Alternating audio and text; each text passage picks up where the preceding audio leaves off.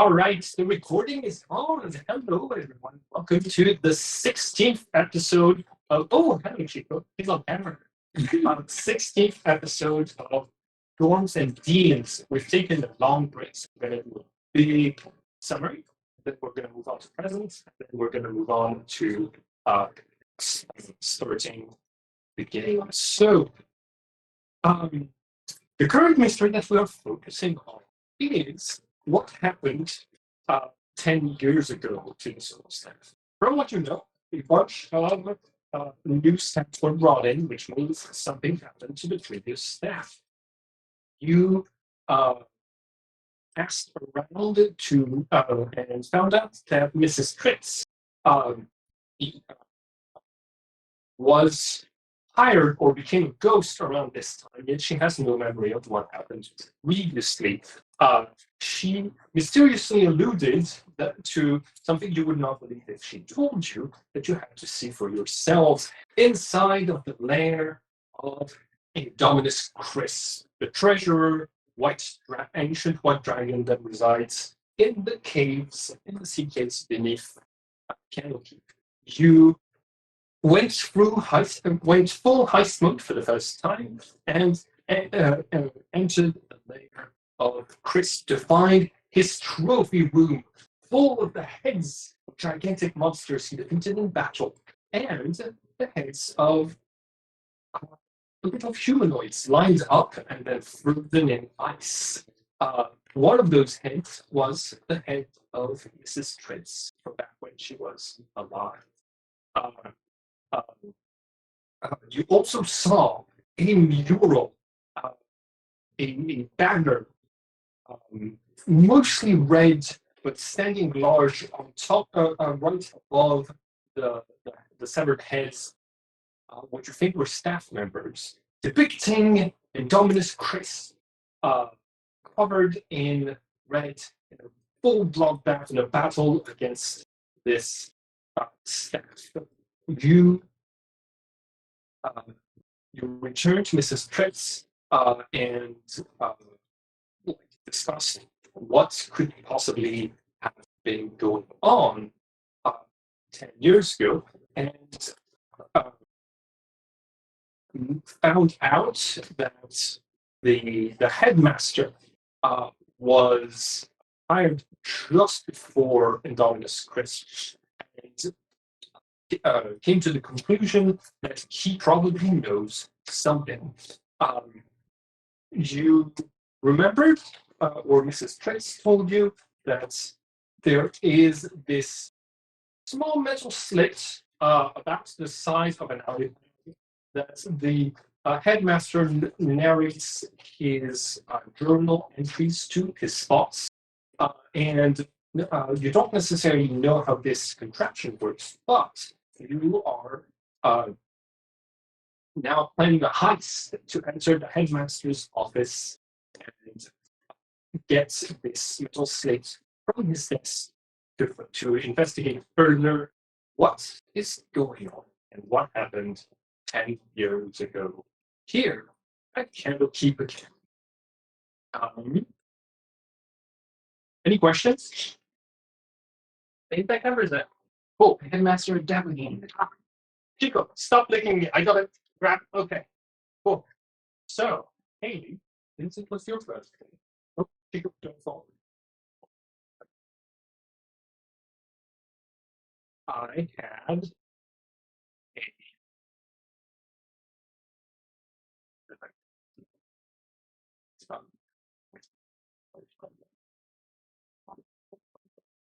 orderings of nuts.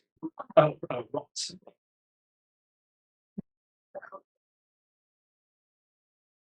That look for then. Very nice. Now you have a commission. Did you do it, sir? Okay. Yeah, of course. Yes. I mainly because I didn't know whether or not this was a misorder at my store. Uh-huh. So I made sure that was gonna get one for myself. I got one for you too. And I had mentioned in Discord that it's a nerd gift. Yes. I want you to take a look at it. Yes.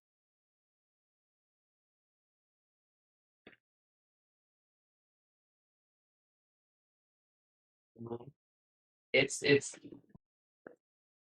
and also Oh, it's it's got- labeled to the back too Nice. that you can put on. What is it? I mean, It's graph paper. right. It's a nice notebook of graph paper. Yes. Oh, hell yeah. Thank you. I appreciate you. Yeah, because it was like I saw it and I'm like, oh, I want that. And I'm like, well, Simon would definitely like that for For janky stuff and so on. I appreciate it. Well, all right. Everybody's got their spell slots prepared, their daily uh, powers set up. Yeah, I'm ready to go. All right. So here's how we're going to play that. You're doing the heist at the end of the day. What sort of preparations we're going to do, we are going to do ahead of time in the morning. Okay? We're not going to do the scenes that are the afternoon that are more prepped for a very simple reason.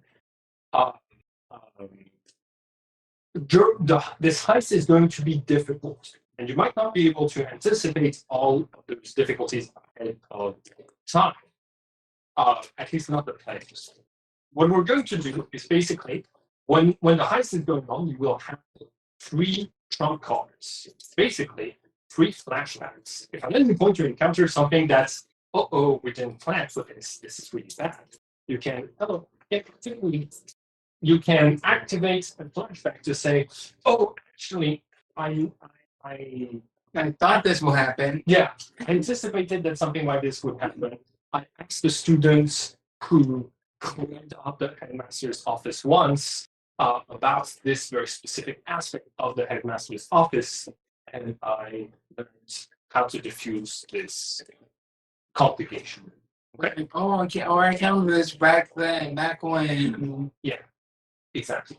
You only get 3 flashbacks, and if you still fail the heist, the consequences will be grave. Yeah, This might be the end of the campaign at Candlekeep. Well, we would have to Yeah. continue the campaign elsewhere. Why would you say such a thing? Because I want to set the stakes, you know? Goodness. but you know what? It was all a dream. No, we deal with the consequences of what happens. So, what sort of preparations are Rox, Kazaris, and Raza up to in the morning in preparation for this heist? Interesting. So, the reason I'm going to ask questions is that literally it's been 5 weeks, so there's all sorts of stuff that is just drained out of my brain since then. Yeah. So I do remember there being something about the jewel. Like, is there like a big No, that's not the one with the complicated locking mechanism. No, that was the Indominus Crisps vault door. No, it's the, Aberrations? No. Aberrations? the teacher, the one that's like always afraid and Is the headmaster's the big That one that bitched about us saving her. No, that's Indominus Crisp. So the headmaster just has a simple dark blue dark blue double door with sort of like golden handles that's and so the headmaster uses.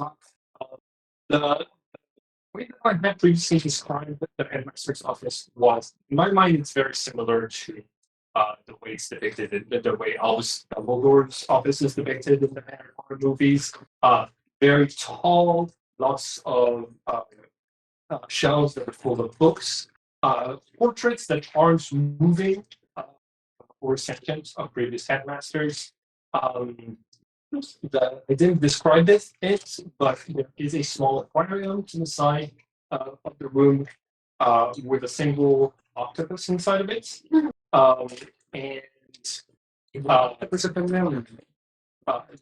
Big desk, and then two little tables with strange contraptions here and here. Yeah, mostly a large cubic, like a large cubic room that's like. It's got only a single round window at the top that provides most of the sunlight, and the rest are kind of like magic ambient illumination. Okay. I think I will. I think since I'm kind of in the since I'm an artificer, I will ask about the question mark contraptions. Sure. So do you want to? So are you asking around? Are you making an Arcana check retroactively to? Go for the Arcana check since I know I can get a decent Arcana roll. You got it. Roll one for me. If you have a, if you do a 15, you will know one of the two. If you get a 20 or above, you will know about both magical contraptions that are at both ends. I didn't roll out, so I did not hit that. Okay. So not to worry, you weren't able to identify it the few times that you were in the headmaster's office. But you know that other people have been there who might be able to know for you. That's going to require some social checks to coax that information out of other people. Okay. Would I at this point know which students clean the headmaster's office since you volunteered that? I'm gonna ask you. You wouldn't know. I'm gonna ask an investigation check for you. I didn't volunteer that. So I use it as an example. Yeah, roll investigation. The difficulty is 10 to find the information and 15 to find the information without anybody hearing about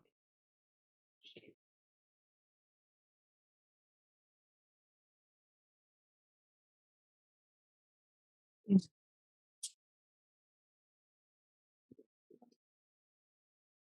Investigation.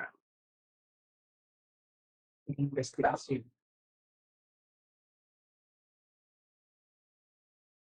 Darn it. So close. 14. Okay. So you find out that it's not actually a student who's in charge of cleaning the headmaster's office. It's Marisha Nevins, the druid, who's in charge of making all of the hundreds of good berries that are served at the cafeteria every day. Yes, hello, Chico. Or sure. It's Evans. Yeah, she like takes Parenting the school. Yeah, basically. she's also constantly like she also cooks the only dish around here that gets cooked, which is the weird round stew that's the headmaster eats. I was wondering what that stew is. Yeah. I think the music stops. I'm trying. Okay. It says it's fine, but That is silence. I like it. Okay. Did you imagine turn off? Yes, that's Yes. Uh you've had to ask around a little bit. It's not been the most discreet process. But you are in charge of security, so it makes sense that you would know how some of that stuff is, that you would need to know how some of that stuff works. Yeah.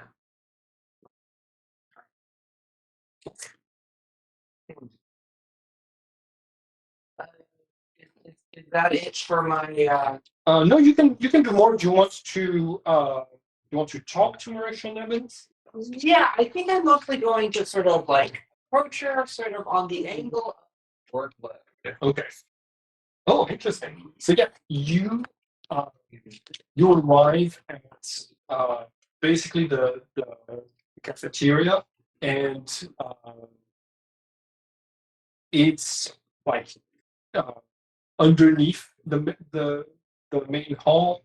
You find basically a like large oak door. As you open it, you see this large kitchen with a bunch of utensils, cupboards, like all sorts of dishes and contraptions to produce heat, cauldrons, things like this, all extremely dirty and dusty.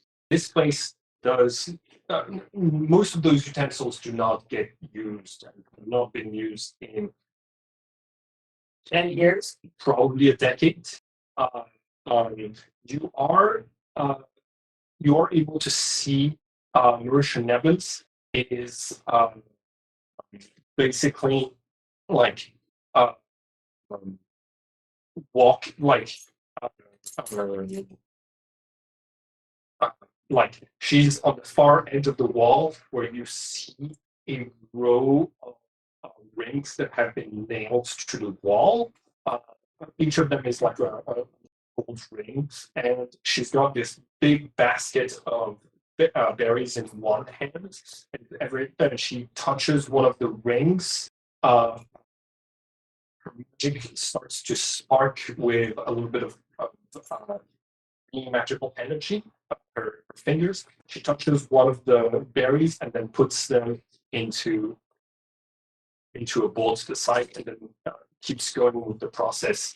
Basically, taking magic from those rings, putting them into the berries, and then putting those berries into the container from which they are served to students and staff. Uh, as you arrive, she turns around and says, "Oh, hello, Kazaris." Yeah, yeah. Mer- yeah, it's like, hey, You've got a hello, Miss. kitchen sound. Yes. Um, hello, Miss Evans. I just wanted to sort of, you know, as as we've um as we've been trying to like step up our our security performances here. I was actually going to kind of ask you about your workload here because I recently found out that it seems like it might be a bit higher than I was even thinking at first. Oh, of course, of course. Sit down. Would you like a cup of tea? If it's not too much. Oh, absolutely not. I've been working on making my own blend for a little while now. You see that she goes over to sort of like uh, not the cleanest teapot, dusts it off a little bit, grabs a few herbs, but starts uh, uh, arrange them, boils little hot water. You see that she uses wood crafts to light up the flame. Uh, She's been working on the tea, and why is it tea town? uh, Turns around, and as talk, you start to smell the herbs getting brewed, and it is not a very appealing smell. I actually started with cooking with a little bit of time that I have on my hands, just in case things go back to the way they used to be. Were were you here when they were you here when this was a fully functional kitchen? Yes, I was hired 18 years ago. Yeah. 18, yes, yes. Um, so were you kitchen staff then? Yes. Uh, Back then, I was just a wee assistant uh, running around in this bustling kitchen. They cut down uh, the kitchen staff when they found a way to feed everyone with good beer. Because I was the one who was able to cast that spell. Who had the lowest wage? I'm still.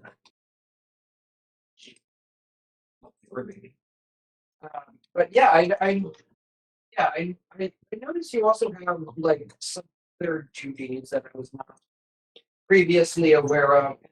Just that, like, actually feeding the students is something very important. I just sort of wanted to check up and see how you were doing, how, like, If you ever need yeah, if you're like ever in need of help, or, that sort of thing. Oh, that's very kind of you. I appreciate this. They well, it's not about the work. I'm able to do all of that. All of the cleaning of places where we can't have the students using prestidigitation to clean things and just on security risk. I'm able to do that. I spread the grounds going to different places that need to be cleaned.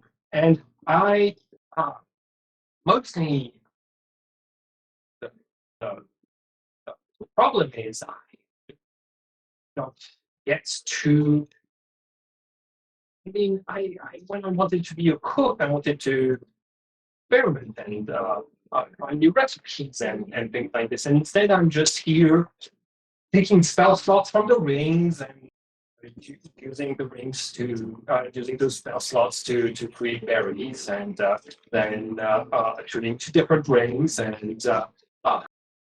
using that to cast the spell slots for the using that to cast more good berries. It's very repetitive. It's very boring. But, yeah, I actually fancy the work that takes me out of the kitchen and reminds me to do stuff like this because at least I get to see a little bit of the sunlight. I get to interact with people in the corridors. Most of the time, just stuck here, some good berries and more good berries, and then a little bit of stew and then more good berries. Oh yeah, and the tea's ready. You see that like she grabs it, she pours it. Now it has really a foul smell, and you see that it's like it's got a dark brown like uh, uh, color to it. But it's the consistency that worries you a little bit. It's a little bit sludgy. Um, how, how old are these ingredients for the tea here? Oh, they're pretty old, but that's because I dried them up. So that they would really work. Oh, this different some competence. I they might have been magically altered, but I checked them for safety, and there are a couple of mushrooms from the uh, there's a couple of bioluminescent mushrooms and other types of mushrooms that I found in the tunnels that lead into the underground.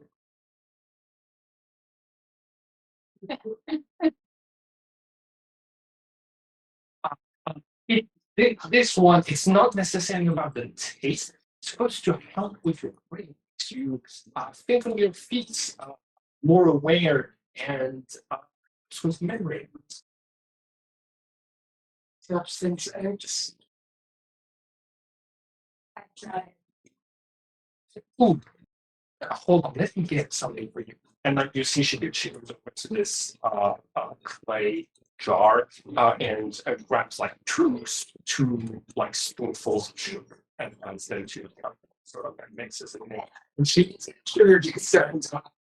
She pours herself one cup, does the same thing, and then like brings it to her lips and says, cheers. What else do you want to talk about? And you see that like she starts to sip it and like she makes it and she's like, oh, that's good stuff. She got uh you now notice that her tongue was dyed see black previously and now you can like to see the cons. Oh, Do you want to risk it and hopefully get that mental intelligence boost? Which it does it might taste foul and everything, but it might actually give you that advantage, but at the same time, it might not, and it just make you safe. It might also just be like Bad, when you see drugs. You can keep the conversation going quite politely without touching you. That's also My job is to pretend to sit into the question. what Should some sort of identify on it? if you want to spend one of your spell slots before the heist, go ahead. Be my guest. That's gonna do. Okay. Carrie, I'm gonna let you know how this works now. Okay. You're gonna do a social check. Try to see if she can give you some information about the headmaster's office, right? Either persuasion, deception, or intimidation, depending on if you're telling her she risks getting fired for security breach or something. That could be intimidation. You will get advantage if you drink tea. Uh, because she will be more open to speaking. Yeah, I'll see. This is one of those like I'm trying to stay. It's one of those like the tea gives off sus vibes, but you know what? I'll at least sip the tea at first and see if it's You know what? wonderful. You can bake it with your what is it? What's it? Deception. If you have any deception.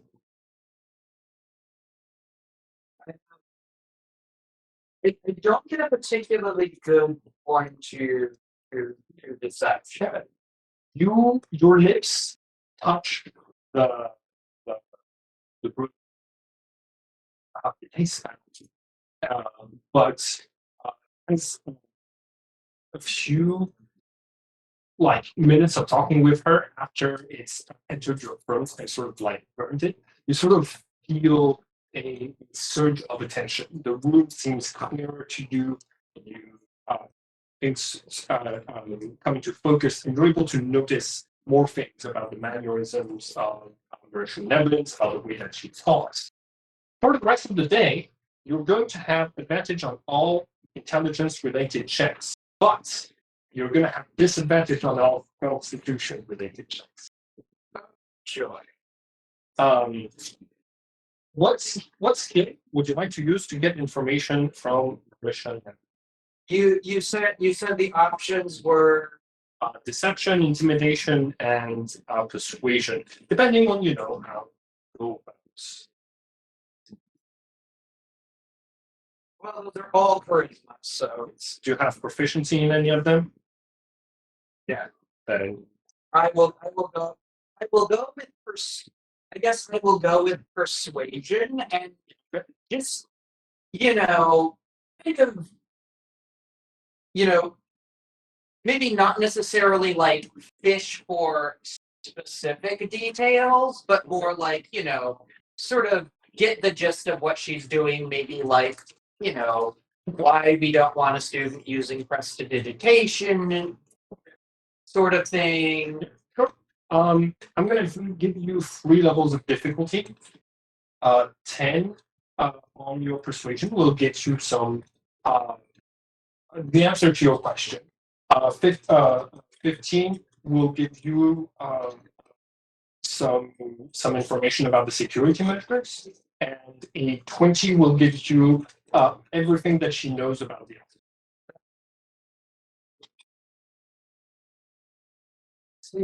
Well, okay. The reason that the students aren't allowed to cast prestidigitation in there is that there's like stuff that's like important information, like registry of the students, the marks, and they have like records of grades and stuff like this that go through the headmaster's desk, and also just a couple of security measures that you don't want the students to get hurt by when that happens. But she doesn't expand on those.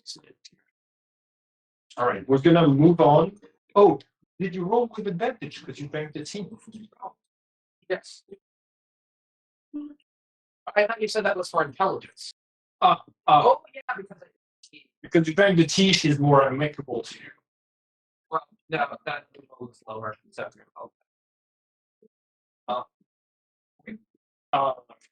That's going to be a good chunk of your morning. If you want to do other stuff to prepare, you can let me know. But I'm going to move on to giving an opinion.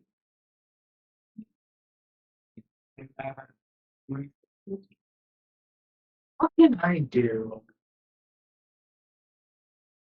I would definitely have informed you guys about this whenever I get the information. So Sounds good. You keep have, that in mind with whatever you guys are planning. okay, so you have the earrings that allow you to communicate with one another. Let's go through. Sorry.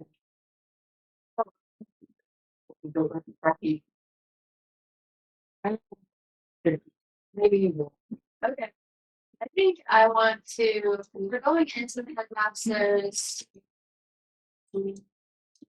Just to try to determine what happened, right? There's a metal slate that he speaks to for his journal entries and his thoughts. That's what you're doing in there to get. Well, I guess I can go to the library and I'm going to see if there are any treatments that include the office. Okay, that's absolutely. Roll either investigation or history, whichever one you prefer. And a difficulty of 10 will get you the info, like the blueprints. 15 will also give you the on the list of artifacts, the ones that are kept at the office, because we established there was a list of artifacts in the library. And 20 will give you some tutoring, Well, history or investigation. good. So I'm just gonna go ahead to roll. All right. I guess I'll do history. Then yeah, a 12. Okay. Well, you yes, you find the blueprints of the headmaster's office. You see that this is what it looks like. You so this section is on the map, and this represented as wall, basically. There's just this vacant section behind his desk. That's just like that isn't attributed to any of the other rooms. It's sort of just grayed out in the thing. You know about its size and things like this. The adjacent rooms that are going to be it's what would be the adjacent rooms? Clark's office is going to be on one side, and we'll see.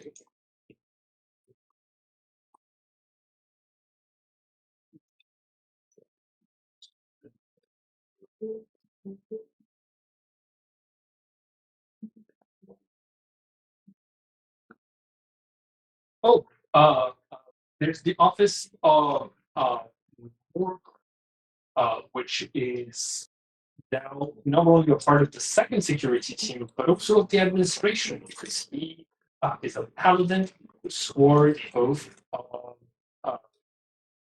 bureaucracy, same oath, the same kind of oath that Clark is part of. That's behind the headmaster's office.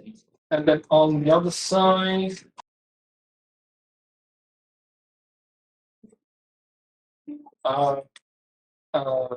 It's an unused. It's not labeled on the map that you have. You like you've never seen that room there. Fine.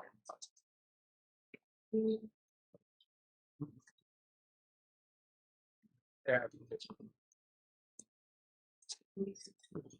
Okay. You'll have cash to do more. Yeah. So I guess I'm gonna talk to Chris. Yep. And ask her. Somehow I wanna ask her if she's like ever been in the headmaster's office. I mean, you can probably just do that directly. Check me out. It's Okay. She's like a ghost, so I imagine that she would like get in there. I've been in there. It's sealed off against the material things. The walls are sealed off against the material things. So the door needs to be physically open for me to go in there. So it's only been times when I'm not able to sneak around. It's only been times when I did for a specific purpose to discuss it one matter or the other. That's the only times I've been inside the office. Did you ever notice while you were in there, like a space that seems particularly guarded, or something that seems like something that, yeah. You ever noticed anything that you might have noticed is hiding something? Are you asking me? Are you asking me because? Never mind. I know that door and the window both have a magical aura to them. And I don't know exactly what spell it's cast on them. And the but I haven't seen like it's not really appropriate to go around casting an identify spell inside the boss's office. Especially not if he's there. Exactly. So that's Just curious. Thank you. okay. He asks. Did not have this conversation. Yeah, okay, conversation.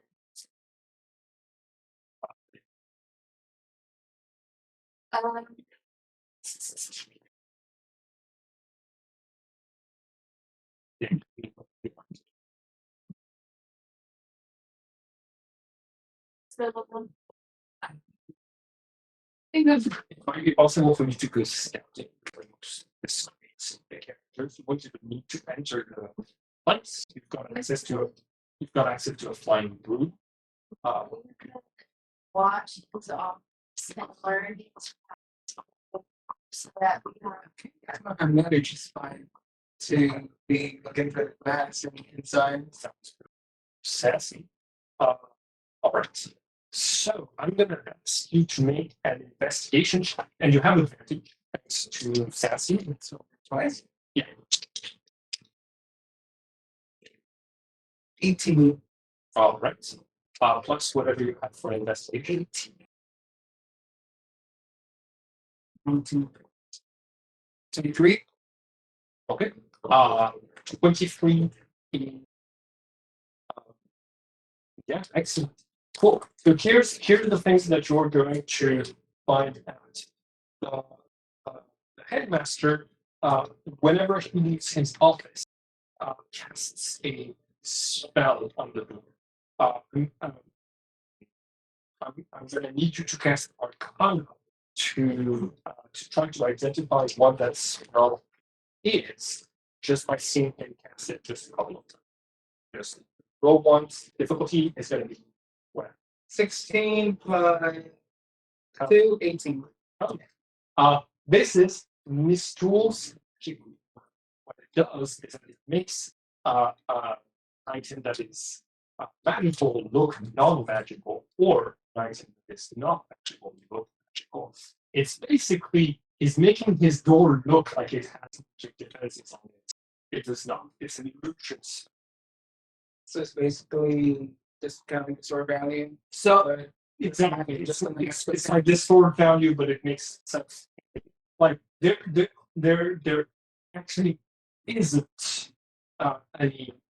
so you can just walk in. You can just enter through the door. He does also lock it with keys. You also find out a few other things. When he leaves, takes he takes out of his desk this dodecahedron shape, which is the shape of a D20, and D12 would be a dodecahedron. D20 is an icosahedron. oh, okay. Yes. Deca is 10, dodeca is 20. 12. Oh, okay. Thank you. So the shape of the D20, because I can't repeat what he just said. I said, So you've seen him basically whisper something in his ear, and as it lifts off in the ground, levitates right here, and as soon as the door closes, blue beams of electricity start to come out of every basically Face. not face the Counter. point out of every point of this thing, and sort of like hits everything. And it doesn't seem to hurt to damage any of the objects. It's just the paintings doesn't damage them. And, yeah, but it spins in like random patterns, constantly like having lasers basically spinning around the room. You're able to identify that those lasers still they're small currents of electricity. They do lightning damage to which you're resistant. Boom, boom, boom. Last of all, you're able to identify that he does keep his slip that you're looking for in his desk. That's all of the things that you're able to notice about his patterns, the way that Sort of a way to bypass the electricity. well, those lasers. Well, so my concern isn't taking damage, because the fact that it's not damaging the items in the room to me suggests that any electricity damage it deals is a secondary effect to the fact that it probably like either does something else or sets off some sort of alarm when those beams hit someone or something that's not supposed to be there. Kind of like a laser tripwire. Yeah, that would be my immediate theory about that. the last thing is when he returns to his desk, you see that he looks through the keyhole, casts a spell that you identify as a mage hand, even though like it doesn't look like any mage hand you've seen before. It's got the long, elongated fingers that sort of like move in ways that suggest it doesn't have any joints. It reaches and touches the object, grabs it, and then the D20 shape just sort of like falls into its hand, and he's able to open the door and walk. Yeah, that suggests you probably shouldn't touch it either. Bare hand with my bare hands. Yeah. And the shape of that gives me pause. Why does it give you pause? The shape of the hand. This creature. Okay. It's a little soon. Using virtually Unjointed tentacle. not to me it isn't fair. It's fair mind. Would we even know about that? Like, how public is the knowledge of mind players? Heard of them. They're eldritch psychic creatures that are extremely rare and that are known to eat brain. You know, I thought the headmaster would have been a doppelganger or something similar to that, but I mean, I was not even wanting to like really entertain that. The octopus was mentioned. We should have asked Nevins what was in the stew that she made for him. I was thinking about that too. You know what? That could be one more flashback. Why don't you you're typically still with her? You just Yeah. change scenes. Yeah. You can use talk about these to get you guys transmit. You know what? Yeah. I'll ask her about that too, because you know she did mention that she enjoys cooking. She wants to cook. Oh yeah. It's the only other. Mm-hmm. Yeah. Oh yes, the headmaster is very particular about this Mushroom? yes.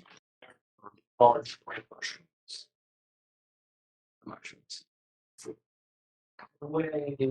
I slice them up myself. Mushrooms? What grain mushrooms? Large. How large? They're this large that's like if you Ask her if she finds the mushrooms or if he provides the mushrooms to. I'm going to need you to roll deception. Shock.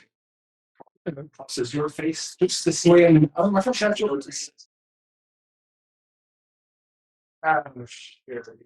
Just to see if she knows it. Oh my does. Oh, can I have my Xbox that's on duty? Some chips, please. Here you go. There's a dice gods behind the main. Dice got some no.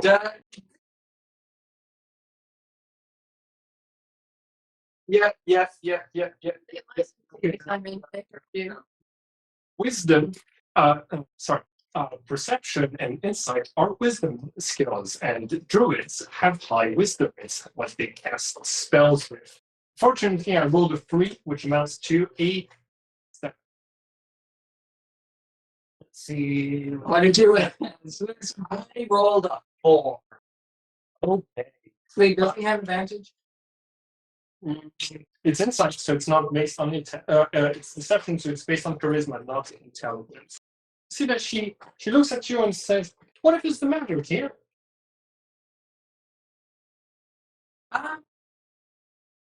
Say you just don't like mushrooms. Say you just don't like mushrooms. I've had some bad experiences with mushrooms too. I think I might be allergic to a few strains. Oh, you should have told me before I gave you the mushroom tea. This team is Are you? Hmm. You've been asking a lot of questions about the headmaster. Is there a security concern? No.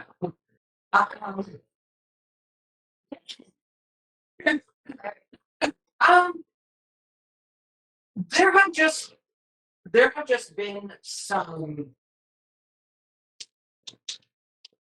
There have just been some things that I'm trying to kind of get a handle on here, being here for security, and I don't know. I mean, I know magical institutions of learning tend to just be generally odd, but this one in particular often.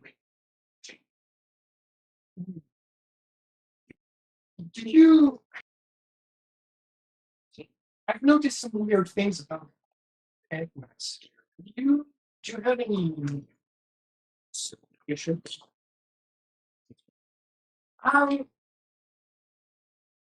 Just that, like, I don't know that suspicions would be the right word, but I noticed there was an awfully huge faculty and staff turnover, like only 10 years ago. And these sorts of institutions tend to be around for centuries and abhor drastic changes for the most part. And so I've just been kind of trying to, you know, The situation. yeah, grasp the situation, make sure that, like, there wasn't anything untoward, that, it's just, that it's not something that would affect security, basically, or the welfare of our students here. Well, I'm sure headmaster takes security very seriously now. Not a lot of people ask about issues. Sometimes people figure out what it is.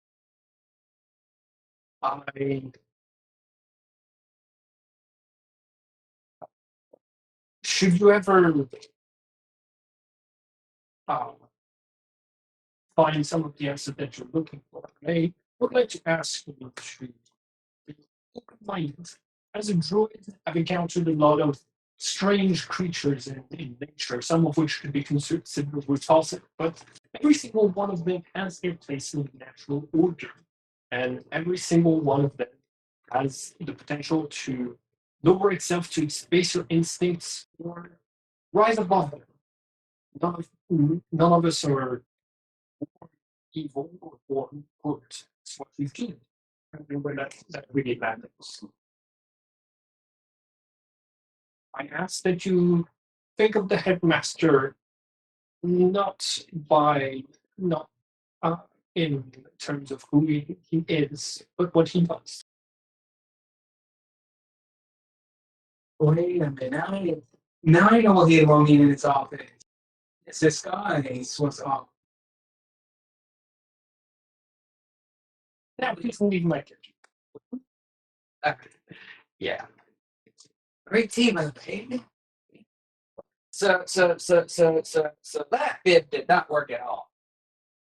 So that bib of mine did not work at all. Yeah, your deception was terrible.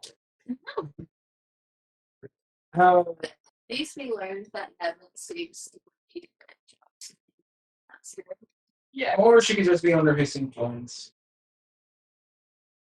I mean, that's the thing, is like, normally I would not be like, oh, it's definitely, trustworthy. But given what we saw of Indominus Chris in there, and the fact that,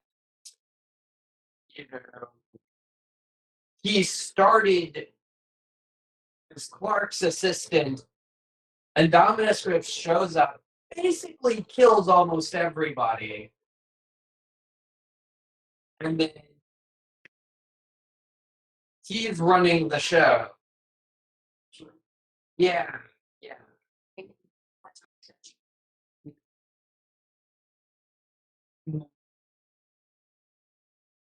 They would suspect Crisp and the headmaster are in cahoots somehow or something. It could be something in Winchester.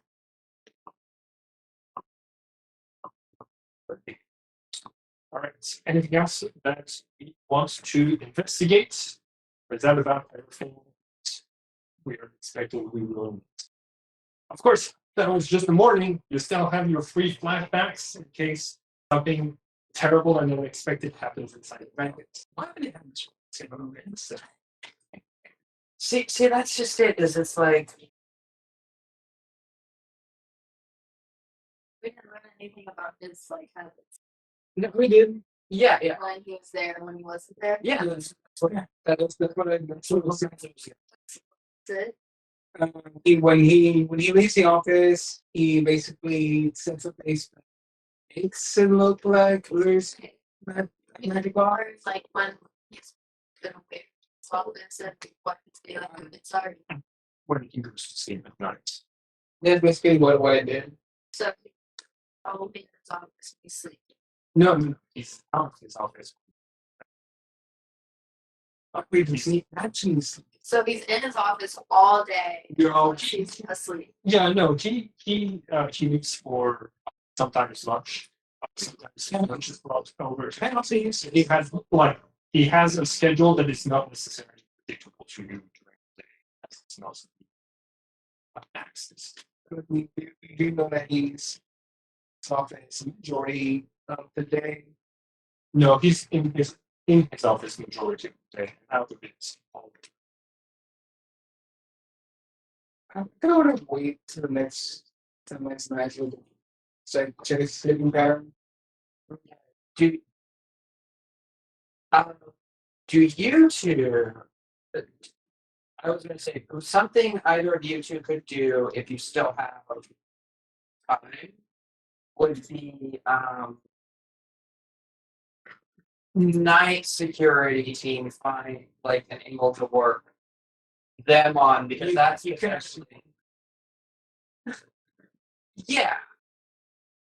I was gonna say you seem to have the best relationship with the night security team. I know, but I also use most of my morning stuff. That's why. I wasn't anticipating that. I wasn't anticipating that. I used my morning stuff for that. So actually, be doing something else at the same time while like I said, all of you have a little bit more time during the morning. At lunch, you find yourselves at the cafeteria, and what's his name? No, Morgan's the donut. I would say Donut. You, all of you are eating at your table when Donut comes over and says, "Hey, sorry, can we talk to you real quick?" sure thing, babe. What? Hey, I was waiting for you like all morning. Where were you? Wait, what's Did you ever do something with Did you forget? Did you forget again?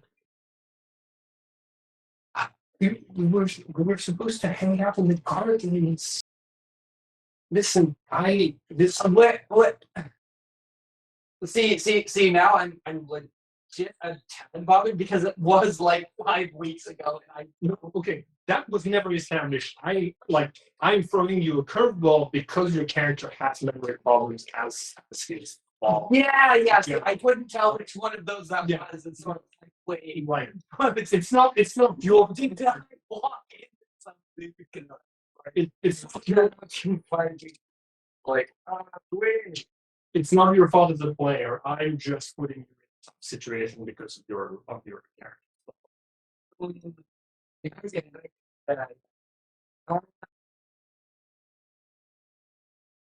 it's like yeah. I've been a bit rattled lately. Just kind of it seems every time I get a handle on things here, there's another curveball. I understand that memory is not good, but listen, it's like when you have this condition, it's still your responsibility to uh, take care of yourself and put in measures that will help you with things. I got you this. Maybe you can use it to write those things down, keep track of them with your memory. Because I don't want to always be waiting for you. And he hands you an empty note.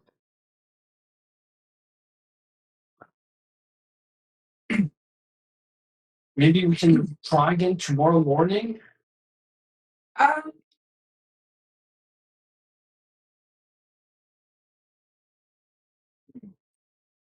Actually,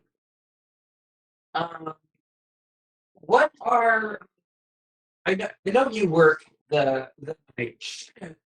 Like, what are evenings like? Because honestly, like sometimes it's just hard for me to like, piece everything together in the morning as I'm getting up. Uh, the, the evenings are nice. Practically nothing happens. I mean, uh, yeah, the most interesting thing that happened is Clark sent like last week. Clark sent us on this mission to give an offering to the goddess of hard work. So all the way up in the mountains because to improve productivity around here. That was a one shot that I played with some other coworkers who play the security team #2 every now and then. And then it's playing doubles. Wait. The crystals. He hasn't mentioned the crystals yet. Oh, how did that go? It's mixed bag. Um, it was tedious, and it didn't need to be this tedious. Basically, the offering was an health potion. Uh, you had to climb this mountain that's like dedicated to the goddess Asa. There's the whole mountain is just like the rock is riddled with holes that are large enough for like ants to crawl through. Ants are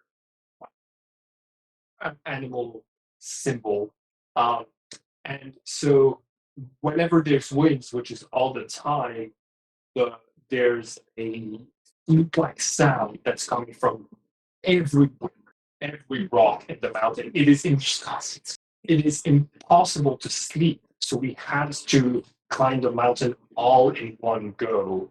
Um, uh, you know, hard work. It was we we uh, bought some wool, and the priestess actually came down to tell us about this shortcuts that we could use to get to the temple faster. And Morgan uh, figured out that it was actually a lie because there's no shortcuts to hard work, and that it was a deathly trap that she was sending us to. So we avoided that. And when we got up to the temple, we figured out why the offering was health potions. It's because all of the claims and the acolytes that are there, they're constantly like injuring themselves, scrubbing the floors clean or doing like hard work, and they don't sleep very much. They're kept alive and awake and working by those potions. So in exchange for those potions, they give us crystals of hard work, so that employees here can put on their foreheads and work harder. And we I quit my role to hide an eye twitch.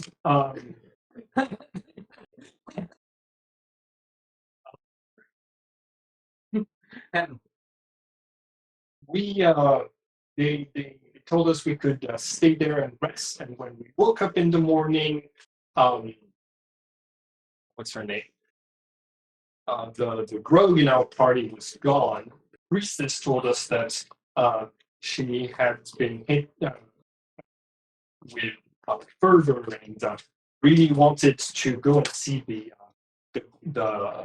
old temple that's beneath the new temple that's dedicated to another goddess, the goddess of undeath and uh, I don't think it's super. So we found out it was a lie that Kari had been drugged and thrown into the underground labyrinth. And when we went down there to pick her up, there were a bunch of zombies. We've been offered to go down there for extra rewards for a magical crown called the Crown of Control that allows you to coordinate anyone who's wearing those crystals of hard work. And the undead, and we fought a bunch of undead that were down there. Made it all the way through. It turned out that both goddesses are the same goddess, and that's the afterlife promised to the acolytes is just being an undead and working in the temple below. And we ended up fighting and killing the priestess, and We did. that's the ending of it. Oh, actually, no. Y'all decided to just To take the crown. yeah. We We took the crown. Um, it was not fun. I'm happy to be back here. But Boardroom insisted that we do turn in all of the crystals of artwork. So there's a few pairs that Clark assigns to people when they don't work hard enough. It's in you know. What happened to the ground? Huh? What happened to the ground? Everything you touch again. Ground? Crown. Oh,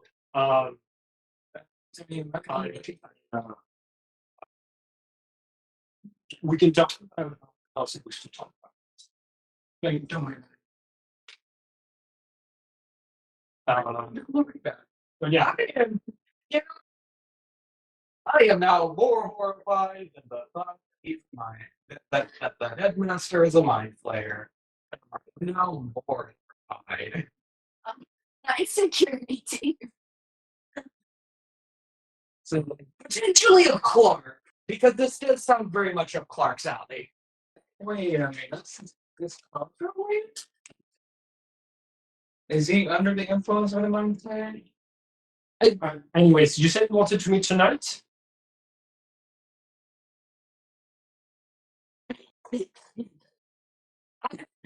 The monster wants to get down and freaky. I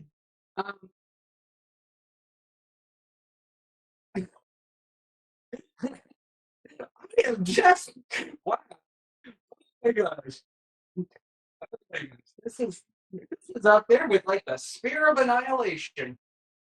I mean, the story that you told me about the sewers and stuff like this, how it was your probation period test, it's also like it's right up there too.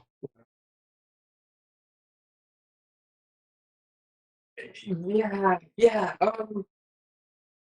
Yeah, sure. Let's yeah, but when tonight works for you? Well, I started I think you end your shift at 8 and I start mine at 8. But hey, it's quiet enough in the evening that we can hang out while my shift starts. Okay. Where will you be? I'm in the garden. Write it down on your chart too. And you see he gives you a smooch on your skinny cheek, and heads off and says, "All right, go to good bed." Right?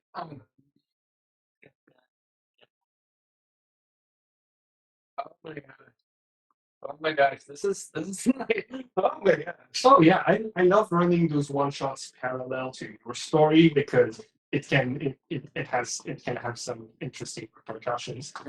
It's usually Damien's actions end up impacting both campaigns. And Which I try not to screw us over, but at the same time, I'm like, I just want to go fucking. Um, So be glad I'm not messing us over. Because if anything, I could just say, you know what, let's keep the crown on and risk having people being under the influence of either Clark or the professor, the headmaster. or Dominus, or If it was a Dominus, who made people work for free? all right, actually, honestly, Indominus would probably find having to use the crown too much work. Ironically. So this is great. This scene was exactly the right amount of distracting because you forgot to ask him about for tonight. No, Which that could be helpful. if he interrupts his date to get donuts and stuff. Let's go off. Let's go for a walk. So you hear sound coming from the office. Hear a sound coming from the office, and you go to investigate. We could distract them while we're in office. Yeah. See. That's what I'm thinking. Like, Is that thunder? I think so. Y'all hear that? I think that must be like upstairs or like You know, it sounded like from outside. a big trash can getting moved. Been hearing like rumbling. All right. It's been 1 hour and 10 minutes. we're starting to make game theories. All right. So before any theories are concretely said off camera, well, I suggest that we move on to the evening. Casares, you have a choice here. You can either have a lovely date and then do the heist later, or you can compromise your date to involve Donatar with the heist to get some advantage out of it. I mean, I was basically planning on the date mostly being a distraction. To sort of like, because basically have the date, have like the rings, and see if I could get info about like what the security team is doing while on the date to them. I know that makes the heist a little more difficult, but it also potentially greatly lowers the chances that the other security team is a problem. Okay. I'm gonna ask for you to roll deception. Yes, I've been doing great rolls. Okay, so 10 gives you the information of the schedule of how the security team moves throughout the school. 15 does it in a way that doesn't compromise your relationship with them. And 20 actually will have some positive. You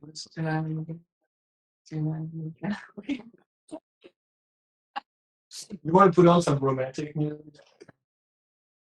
Or like garden. Wait, no, wait. I just hit 10. I just hit 10. Okay. I just hit 10. Okay. You get the information of where the security team is going to be at what time. And it's a lot of like patrolling around.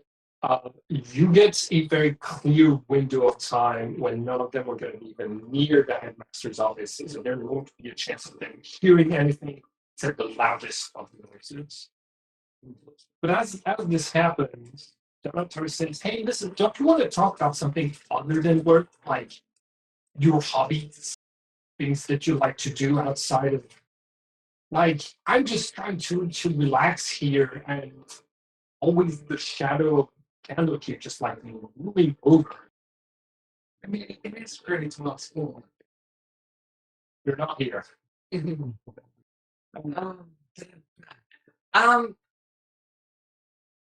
I I guess I'm gonna be like, I guess that's kind of like been an issue for me as well as like, you know, I I thought having a well-paying job here would give me more time for like my hobbies, my interests, or the finances to do that. But it takes up so much time that like I usually can't even go down to the city to like, get experimental equipment and stuff.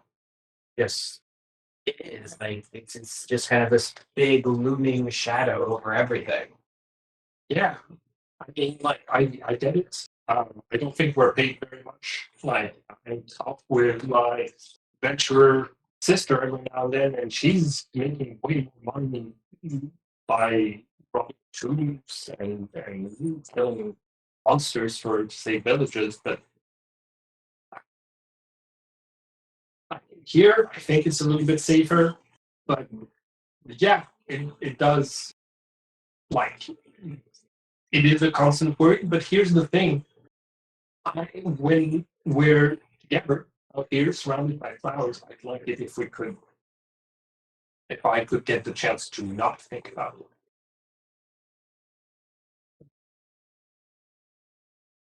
Yeah, that's not such a bad idea. That's not such a bad I'm really late to patrol the ramparts, but it was nice hanging out with you. I hope we can do it again, but I'm gonna be very busy for the next year. Yes, we're going to lose.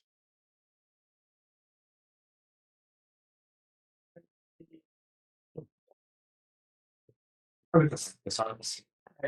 Wow, you didn't tell him how much you appreciate and love him. Really. Just because not feel that way. Oh my god. Harry, treat it like a actual relationship. You want to keep him happy? He forgot how to idea. Yeah, like in an actual relationship. See, I'm good at this. Doing it very realistic. Exactly. So with that, uh, um, that love interest compromise, we now move to the corridor, so the headmaster's office. The night is deep, the shadows are dark.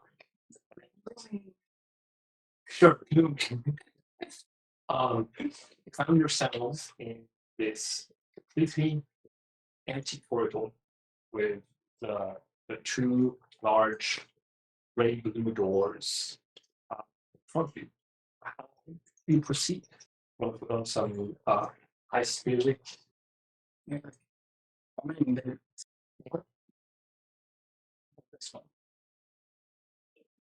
so I couldn't find any high speed on tabletop. Yeah. Investigate? Yeah, investigative sounds great. So, are we approaching the door? We're just gonna try and make it in the door. It's one of the only two entrances you know about. Being the window. Yes. Not all of you can fly. I can use Sansa to cast Manchant. Can you I can cast Manchant to use Sassy? No, because it's not a touch. So why don't we know that the door is not really warded, even though it looks like it's warded. So why don't we just pick the lock on the door? Can't you crack your key? Yeah, I can use my platform key. Oh yeah, sure. Mm-hmm. Platform key. Uh, uh, so I believe that feature takes like um, Coins or 10 gold pieces, so I Oh, can build There's it. something equivalent to Tangle Kitchen. And then I think it's like an action. But yeah, but since we're not gaining compatible uh, situation. oh yeah, it should be printed out on the offer.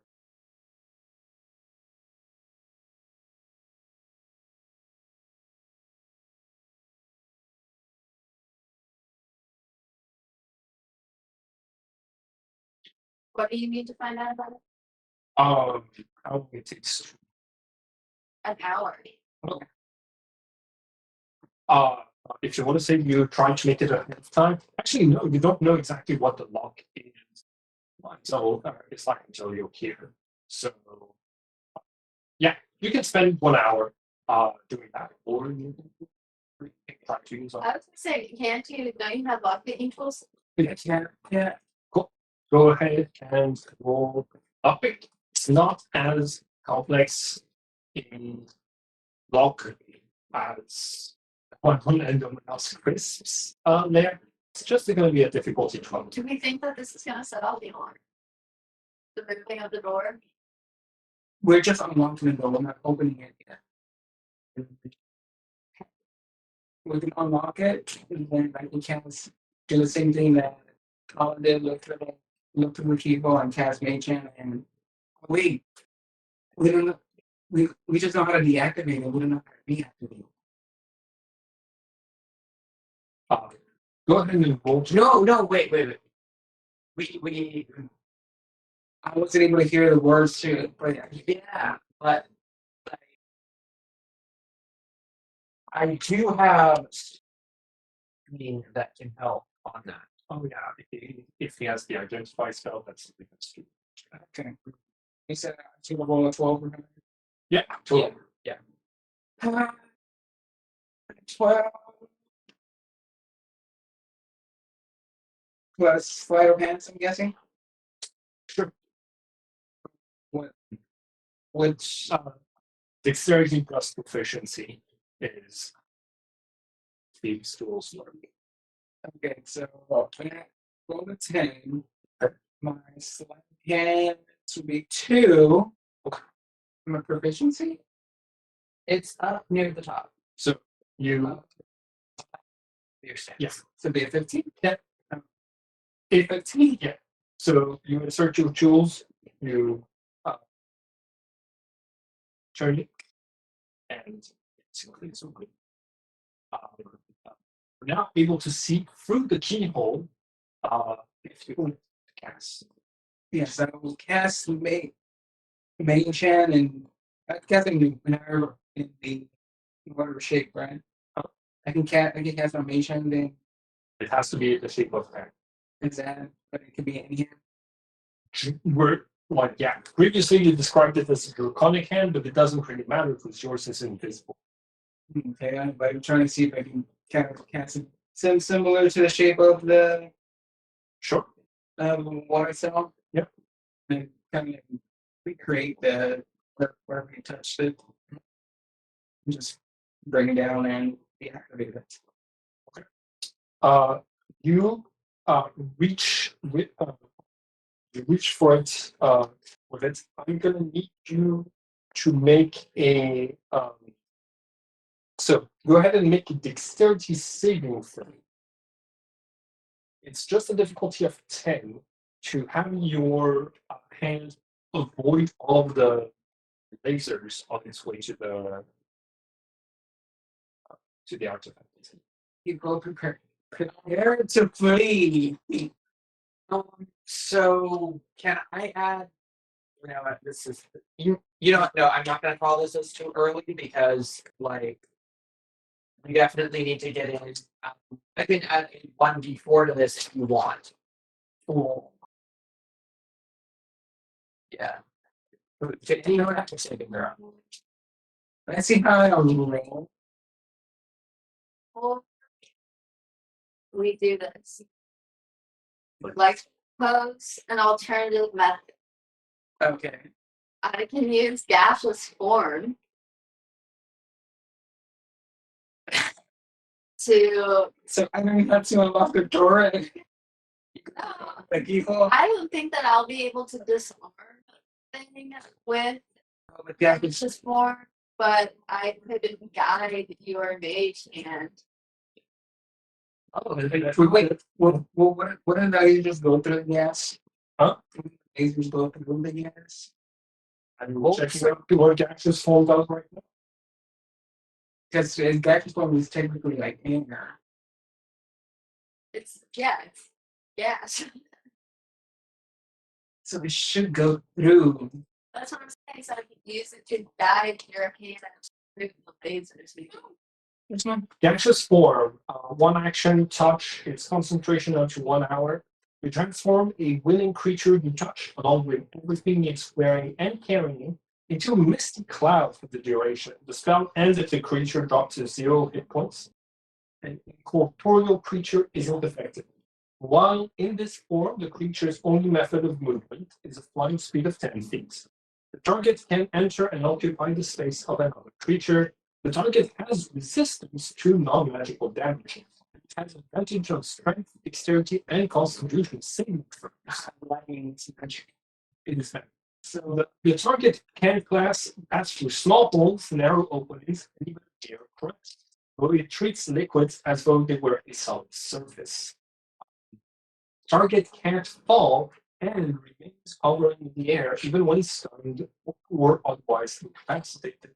While in the form of a misty cloud, the target can't talk or manipulate objects.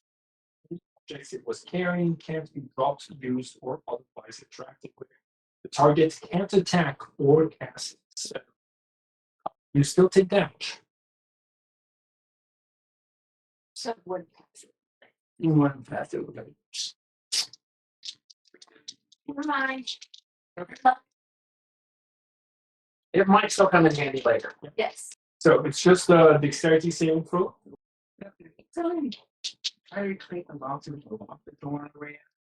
So yeah, while or could you use your saving tools to lock it again?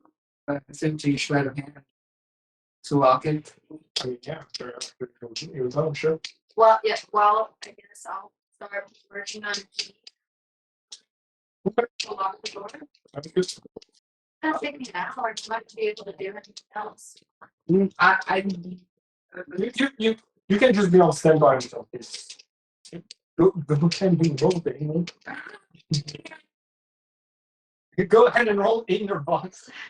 16. 16. No, yes, it was just a difficulty 10. So your hand gets even closer when there's more lasers. It is able to like evade the X between all of the lasers. You get to the D20K. So you realize that there's symbols of each of the faces. Each of them is a slightly different glyph. As you're watching through the keyhole that game, I'm going to need you to make an Arcana or History check. And it's going to be in history because that's how I'm survive. Can I assist? You can also watch through the keyhole and make your own roll. All of you, actually. Yes, please. Because I roll a 7. Total? Yeah. And we're rolling for what? History or Arcana? Yeah. I'm only going to roll so low. What is 18? Hell yeah. So you're going to see that all of those little symbols, they have different meanings and they're from different languages, different alphabets. But there is one that stands out to you. That is a symbol that means open. That means, off. In Celestial, basically deactivating button. This is the one that's, in fact, the end. My mage had to turn it off. How sure? Sure enough. 18 of Arcana history check. Sure. So I ran I them. think that's the one. So I pressed you need to make a either a dexterity check of a difficulty of 20 or an Arcana check of a difficulty of 20 to successfully press the right button. Wait. We identified You identified it, but it's moving. All of the buttons look kind of similar. So you're rolling 20. the difficulty is 20 to successfully deactivate. I don't Arcana to be able to like basically wait until you are sure it's the right one, or 20 to quickly move it. Something color or what? Dexterity. So either Arcana or anything that's having an dexterity, Or just your dexterity modifier. which would be +2. Yeah. Oh, they're both 2, so You gotta roll an 18 or higher.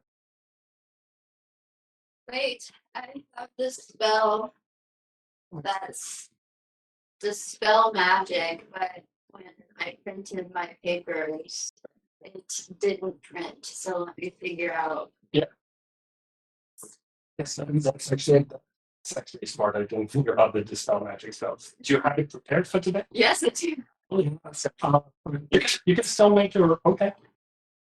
Oh, wait. So yeah, don't do it. How about I roll and not just wait until. No, I'll wait. Okay, it says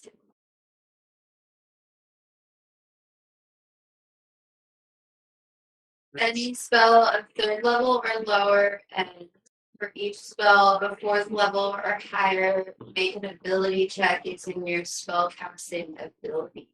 Cool. The DC equals 10 plus the spell's level. Successful check the spell. Cool. So this one just ends. Yeah. The magic sword thing. You need it's a level 4 now, which means you need to roll a 14 on your spellcasting ability. It's going to be on your spellcasting sheet that you're going to be able to see what your spellcasting ability is. Plus 5. Okay, so you need to roll a 9 or higher, and you spend the spell slots to activate. Yes. Here we go. Hope we get a 10. That's 18. All right. Yes. You dispel magic. You hear clink clink. How about I just catch? Oh, yeah. Make a quick sleight of hand check. I'm going to say difficulty 8 because your hand was already in there. Hey, So, yeah, without a pitch, you just grab it and it's able to fall. So so it doesn't make any sound. do you want to put like mysterious music? Appreciate you. Okay. Yes.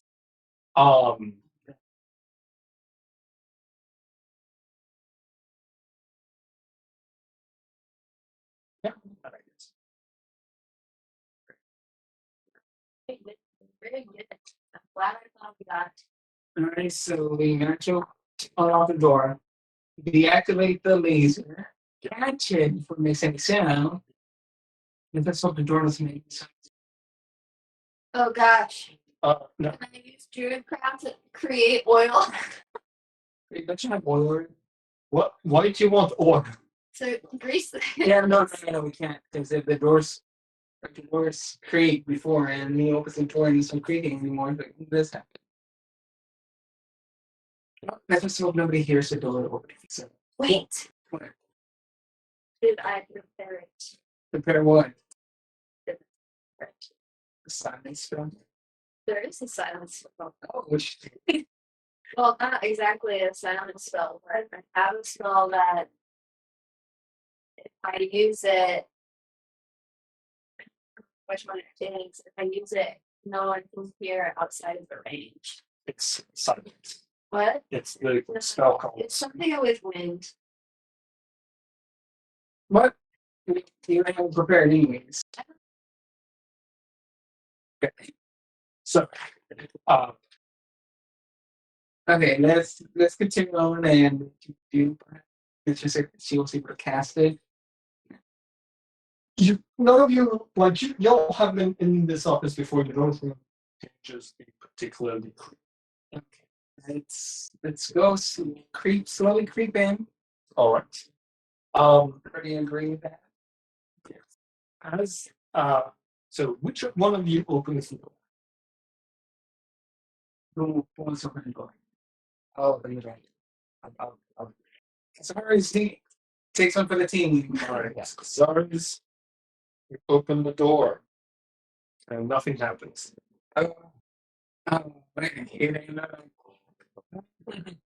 Nothing happens. I thought something could have happened. That's the Okay, He's making his things. go and I would like to cast on everybody. I cast it on myself actually. It's cast without trace. it affects the whole party. Everybody gets plus 10 to your stealth checks. Shadows cling to you. Silence covers your footsteps. Wait, Don't- so that means I got an 18 on stealth. As a base, yeah, Damn. they're extremely stealthy. So You're actually invisible. No, it's something visible. Oh, we go. But it is close. You see, this one is groups. Even for my boots, I'm eating more stuff here. Oh yeah, because you have adventures. Yeah, Absolutely. because and that means I'm making no sounds when stepping. Your like How many Pass Without Trace is one of the best spells to get a party 1.8. I have to look up Elven Kind. I'm kind of practically invincible. 10 hours. Yeah, excellent. Okay, so we have an hour to get. So use one spell slot for Dispel Magic, Yes. and you use another spell slot for Pass Without a Trace. Yes. Now the whole party rolled with a +10, which is good because I was about to ask for a stealth check for the octopus not to be awoken by your presence in here. Oh my gosh. And honestly, I just need all of you to tell me you didn't roll a natural one. The difficulty 10. Can you still roll? Just still roll. Just tell me. Just don't roll a natural one. I did not roll a natural one. That's all that matters. Show me. Show me. I rolled 2. 2. It was a one. It was.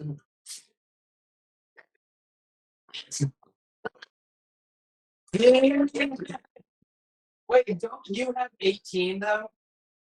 Yeah, it's a natural one. It's an automatic. It's an automatic failure. Wait, hold on. You can't. You Does it don't. It does. It does. You know what? It doesn't. It doesn't get you off of the thing. So you can. Wait, you have the boots give you advantage. Yeah, but I still rolled in that one. Oh, advantage means you roll 2 dice and you keep the advantage. Yes. Yes. Yeah. Yeah. Just not to roll. All right. Let me check. Let me see.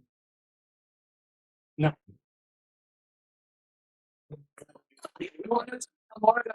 So you still have your free flashback. Okay. And so I was saying, you know what? And say that like job and it's sleeping portion before we go into the room. What? Like a sleeping, like a melatonin into the Oh. I said if I fail. Yeah, if you fail, yeah, that would have been That's like in case so like you made him a deep sleeper. yeah, absolutely. That would have been an excellent use of the flashback mechanic. Excellent. I stepped on the creaky board, creaky stone. You now. I'm gonna need you to place your characters on the battlefield. Oh God. Well, what's the entrance? Yeah, Right. Yes. Oh, Alright, so everybody's right. Is it because I told you maybe the campaign will not be in Canada? Yeah. Or if you fail, yeah. yeah. I mean, if it's not the capital key, where else could it be? We'll have to create new characters and start a new campaign. You know what? This may sound weird, but I was actually going to suggest something to Simon about that for like a longer term idea. We Later. So the door's here, so we're just standing there. So, because Kasara's winning first. Who drew this? That's beautiful. Yeah, that's the octopus fish stack. I mean, obviously. Yeah. So Kasara's is in first. Yeah. Sure. So that's the security feature. It's not deactivated. And there's weird contraption on both those tables, and then just a bunch of painting, mugs, this spread out. So we know that the thing is on his desk. In this. Is there anything? Wait, but if you take it, he's gonna notice and hit it. You do that with something. Maybe I can make. You know what? I'm gonna keep Sassy out. Let people look out in case anybody shows up. Yeah, sounds good. You token for Sassy.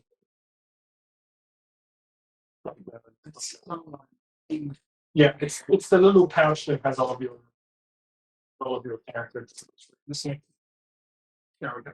Okay. Do we know what the thing that we're looking for looks like? Yes, it's just a sort of like metal slate that is about the size of an iPad. Do we know how? You don't was a bird. ideal your bird. I think it was. I took it them as lizard. Yeah. Yeah, you can keep her as a lizard for now, for sure. Okay, you want? I'm just gonna use spider and say it's fucking lizard. Yeah, sounds good. Here we go. Hello there. So sexy And it has. I think it has some night vision. inside of your head. Yeah, of course. Keep the most discreet and tiny member of your party standing watch instead of going in there. That's real smart. I mean, can you lift the tablet? Can you? Yes. Okay.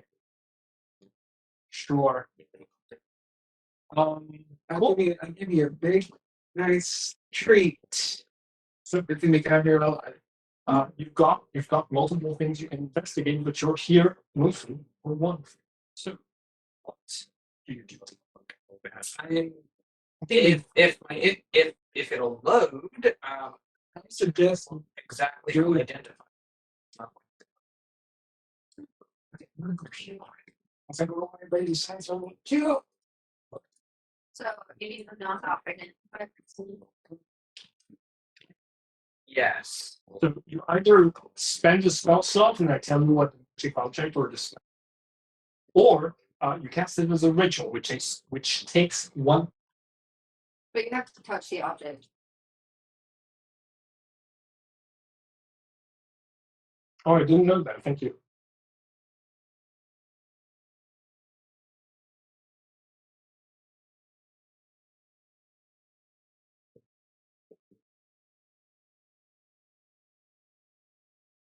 Okay, so it's like so it's just on one object. Yes. Oh, the casting time is 1 minute, but it will take 11 minutes if you cast it on the. Oh, as a ritual, Yeah, as a ritual.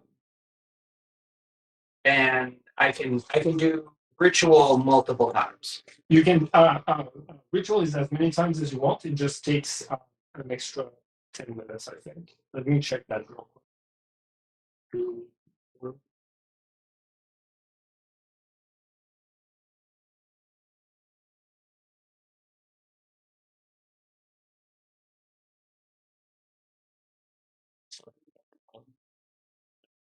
Yeah, the ritual of a version takes 10 minutes longer than casting normal. It also doesn't expand spells.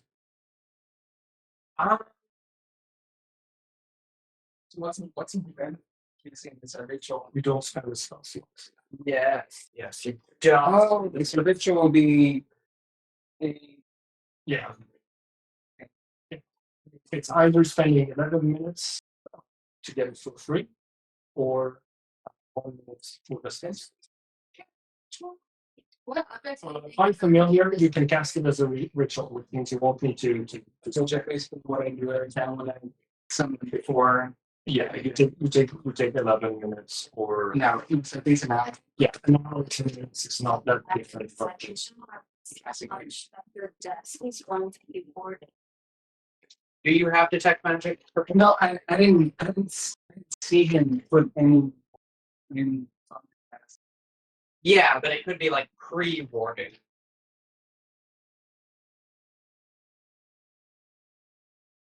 You know what? Maybe some. I Wait, hold up. You got something nice. So when you want to try to.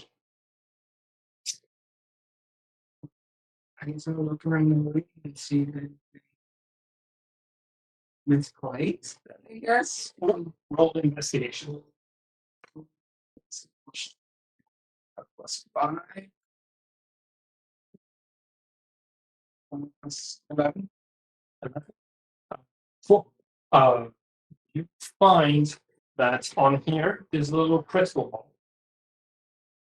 Like crystal ball. You also find that on the desk, the desk door, the desk cabinet is locked. It's got a keyhole and it's locked. It needs another thieves tool check to open. It's a magic one. You don't know.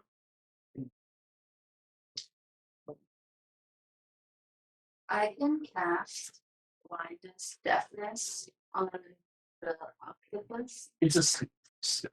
And we have passed without trace, so we don't need so much. And if anything, you can always flashback. Wait, what about that crystal ball? Where's the crystal ball? It's right here. It's on the This right display. side. Like, I guess blindness deafness only works on a creature, right? Yes. Yeah, but what is a crystal ball? What's the function? It's a magical object that allows you to survive the game. Okay. I like this. I'm like, wait, Egyptians though. Wait, is this spell in the area? You Or were able to draw people crystal ball using it. It's not people are able to see through at you. Oh, okay. Yeah, for a minute I was like really worried about it. There's no other security measures that you can see. They did all have so. And right now, everything that you see that is a complication is the lock on door. Which I did see when I was using Sassy to look at them.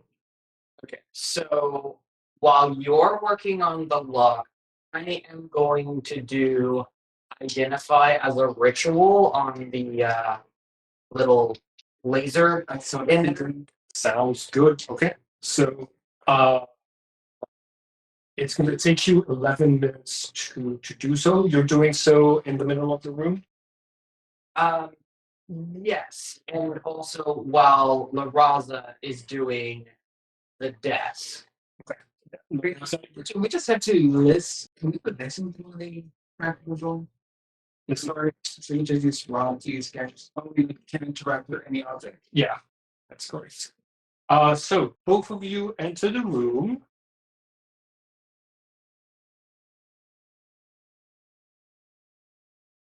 Nothing happens. I'm probably just rolling just.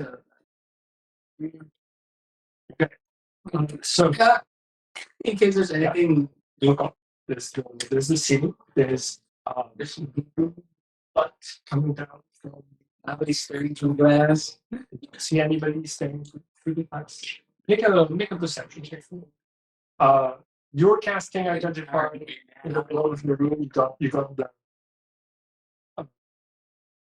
uh, shape in your hands. It's dark, and you can see a little bit of like magical light coming from the. It's in French. From not the sides, but the lines between the Edges. the edges. Thank you. You also see that every single point out of which the electricity comes from, it had little spikes that were directing the thing that have now retracted inside of the object.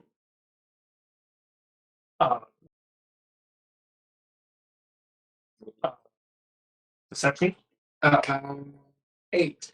Okay, you don't find anything. Okay. Cool. Do you want to pick the lock?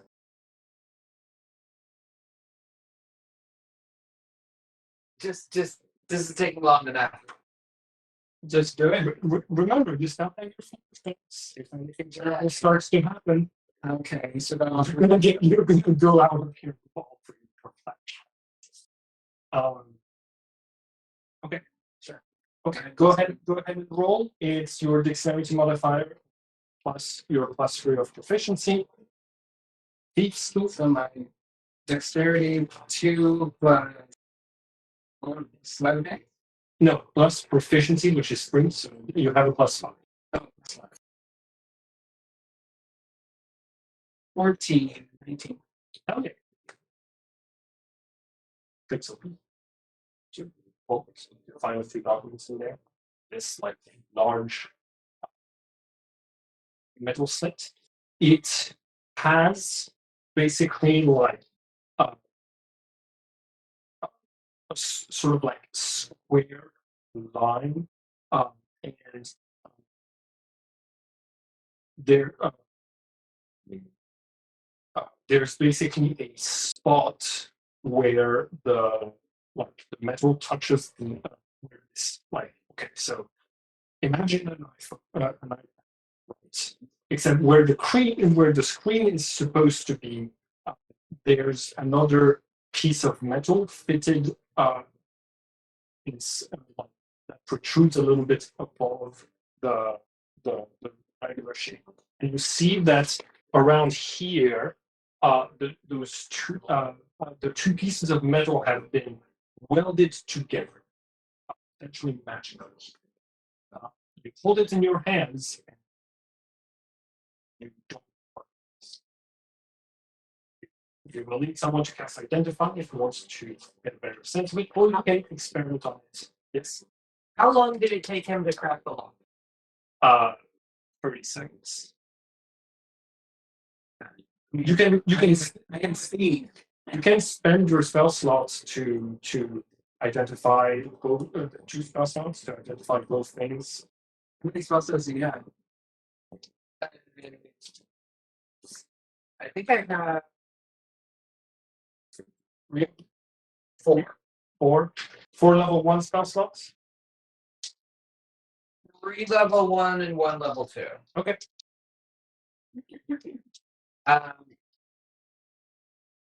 Okay. Okay. Yeah, because the reason I did that is I was expecting the lock picking to at least take a few minutes. Yeah. So some of that time could go by and I could be part of the way done with the ritual and then still be able to cast Identify on something else later with the intention. That's understandable. You've got a group in your party, which makes this pretty smooth going. Okay, so you're able to identify that the object you're holding in your hands is the name of the magical object is a decadahedron of death beams. You know that to be inaccurate because that's not the right shape for this game, but that's in this universe. Wait, oh my god. Decadahedron of death beams. Yes. That's So the way that I'm going to read to you the mechanics of how it works.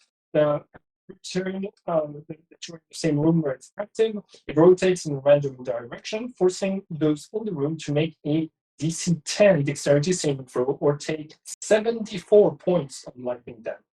It can be deactivated by speaking the command word, which for this one has been programmed to be Skull Digger.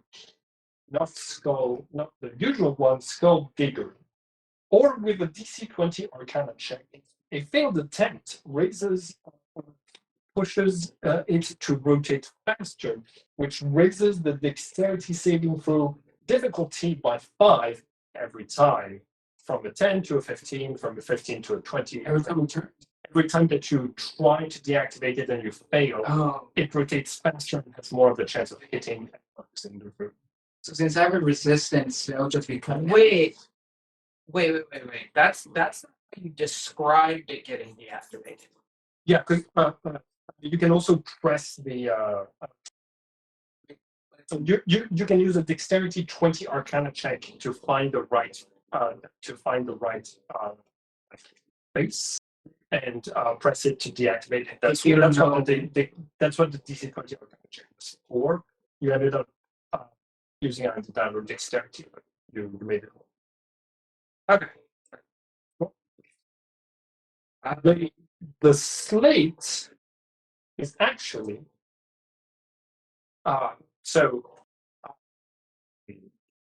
it has Nistor's magic aura on it to make it look non-magical. But it is in fact magical. It is a bag of holding, which is strange. That's lame. Yeah. usually bags of holding are shaped like bags. This one is just like you realize that the metal surface on it can actually be slid open, but it's been welded shut.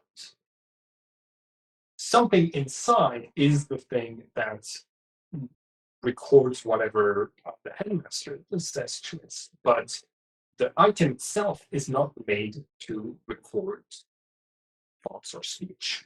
It is simply a container, a magical container that has something inside of it.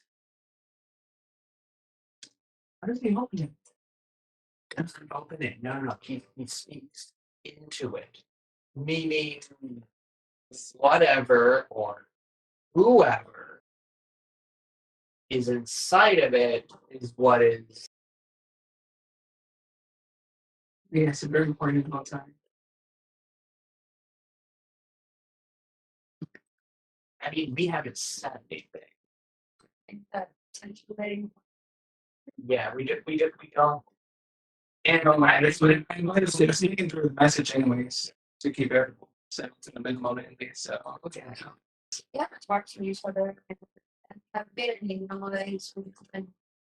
Yeah. So the thing inside would not be aware of us, but we have no way of knowing what that thing is right now.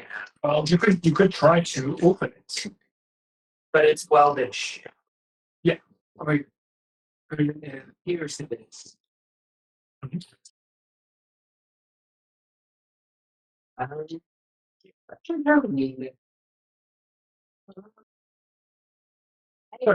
It's you realize that part of the heist is also going to try to figure out this item before the sun rises. You might need to take it out of here and figure out all the ways of getting it to work, and then coming back and putting it back. Well, it's stuff they don't probably get rid of the magic thing. Dispel magic on a bag of holding forces it open and pushes out everything that's inside. That could be horribly wrong, depending on how big this is. You don't know how big this is, but you're Or what it is. It could be some sort of hostile creature. Yes. Right. You also know that technically anything that is inside of the bag holding has to fit into the opening to get in there in the first. As you're saying, he could have shrunk something. You look around, and the other magical item that is here is actually a wand of enlarge reduce, allowing someone to cast enlarge or reduce on an object or a creature once per day. He uses it on the Back of holding. holding itself in this act. Oh no, wait, nothing can survive. No living thing can survive inside the bag of holding. Yeah, there's a limited amount of air inside each holding, but doesn't mean nothing can survive. It doesn't mean it just means anything that's breathe can survive. Yeah. This is already some sort of like eldritch information we're dealing with. The normal rules of biology. It can also be a port to somewhere. Maybe it could be That's not what guys. a huge fish tank or something in there.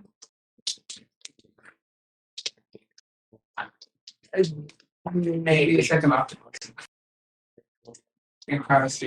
Yeah. Do we want to check it out? I've used it enough. How many more hours until sunrise? It's only been a few minutes since you've gotten it. Like Okay. you've been extremely efficient so far. Okay. Wait. Would I, with my alchemist tools, if we were to open it successfully, be able to reseal it? Sure. I would need you to make a check of some sort to seal it back up correctly. But yeah.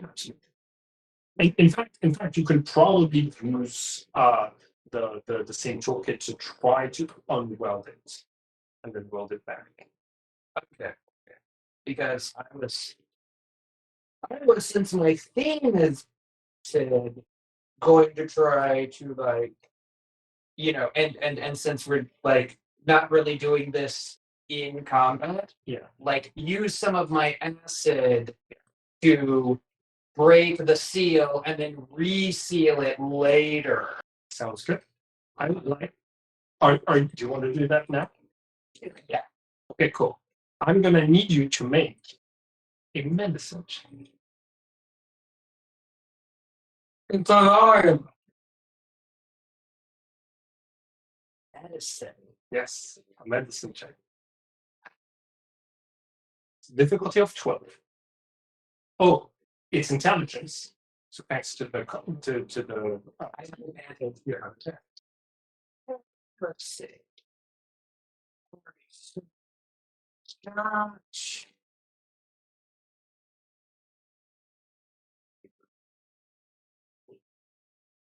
$16.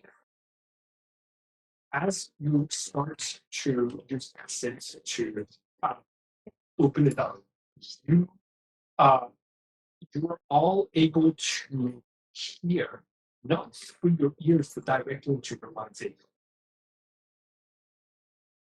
Type of uh, uh, thing, strange scream. You see a little bit of blood and other white liquid that is dripping out of the small opening you've made. And from there, you know to be extremely careful. You succeed your medicine check, and you're able to open it to reveal a pink grayish surface riddled with like lines that dig into it. You're looking at what appears to be the surface of a brain. Inside of your mind, you hear. Thank you. Oh, yeah. Deception. Nope. I don't have reception in one. You're wrong without deception. No, those don't always have to lie. I know, but it's like when. Okay. Wouldn't. Okay. Wait, this guy Sal, does he also company voice? It does, but this isn't a voice.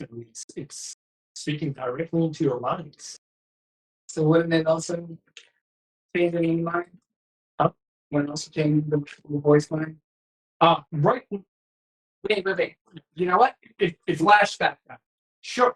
Hell yes. Okay. So here's the thing: is I already know we're potentially dealing with a mind player, right? Yes, you And we have a gigantic magical library and a good end with the librarian. absolutely. So she'll basically help us to do this next. If she's the one. So here's the thing: is I want to know, I mean, I want to be able to know what this is because I know there's a bunch of like tangentially related things to mind flayers and stuff. And, so I guess my problem is I don't quite know exactly how I want to phrase the question because I'm not familiar enough with D&D mind flayers to know which direction to go. Yeah, I'd be like, what is this thing? absolutely. I'm gonna ask for you to roll either history or investigation to find something in the library that will help you. And you have advantage because those are intelligence.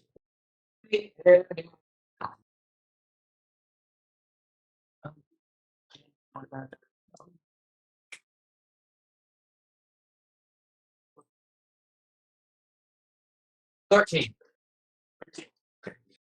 You so the mind flayers are they specialize in psychic things. And they also do a lot of bioengineering.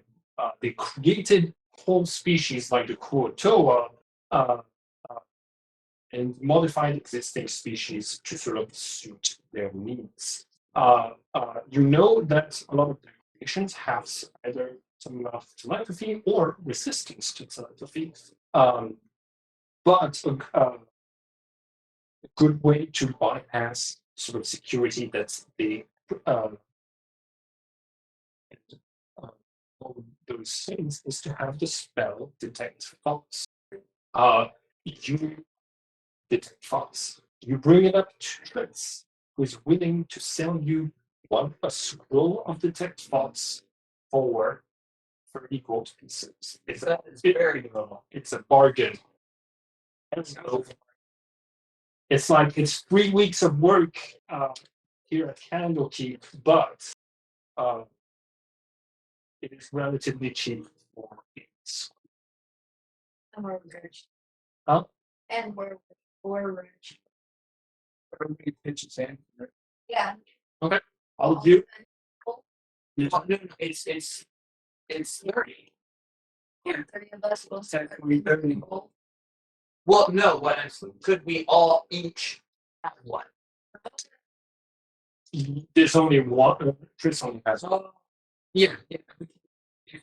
If you, I mean, I think I'm the one that's gotten to spend my gold the least. Yes. That's why I was just going to spend 30 on it. Okay. Do you bet? That- I have for 60 starting this. Oh, Okay, yeah. So, Yeah, so I was just going to spend 30 gold to. You spend it, allowing you to bypass it. You're able to detect the inner thoughts of this. You realize it used to be a monkey way back when.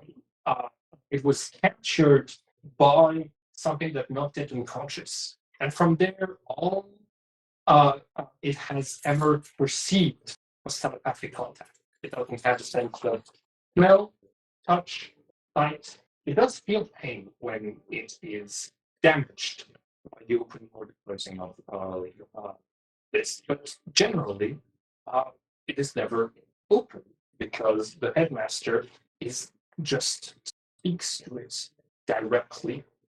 Not, it does not have sense of hearing, but you perceive the mind of the headmaster recording its thoughts directly into the skull, merely speaking the words as a way of anchoring them into his own mind before he transmits those thoughts the um, into this mockingbird. Um, your meaning that you could have, for example, spoken to it and yeah, never mind. Thanks to this check. What is your spell save DC? My spell save DC is 13. All right. So you're able to detect the deeper thoughts of this monkey brain, meaning you're able to detect the memories of uh, uh, anything that the headmaster has recorded into it. You go back many years uh, until the events that you're looking for. Okay. I'm gonna read them to you once. And then every time that you want me to read them again, it will take more time as you're staying here, and there will be another roll to ensure that you don't wake the octopus up. All right. So you want to take notes. You're only going to be reading it once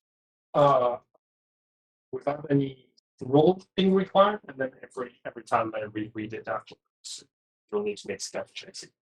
All right, great. Sick. What's happening? He's saying He's accessing the diary.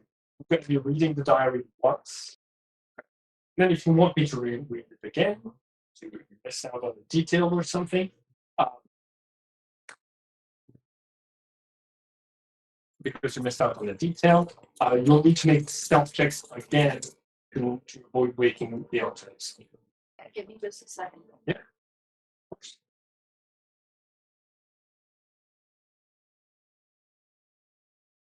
Like we're all like, we're going to write this down. We are not taking chances. Well, then.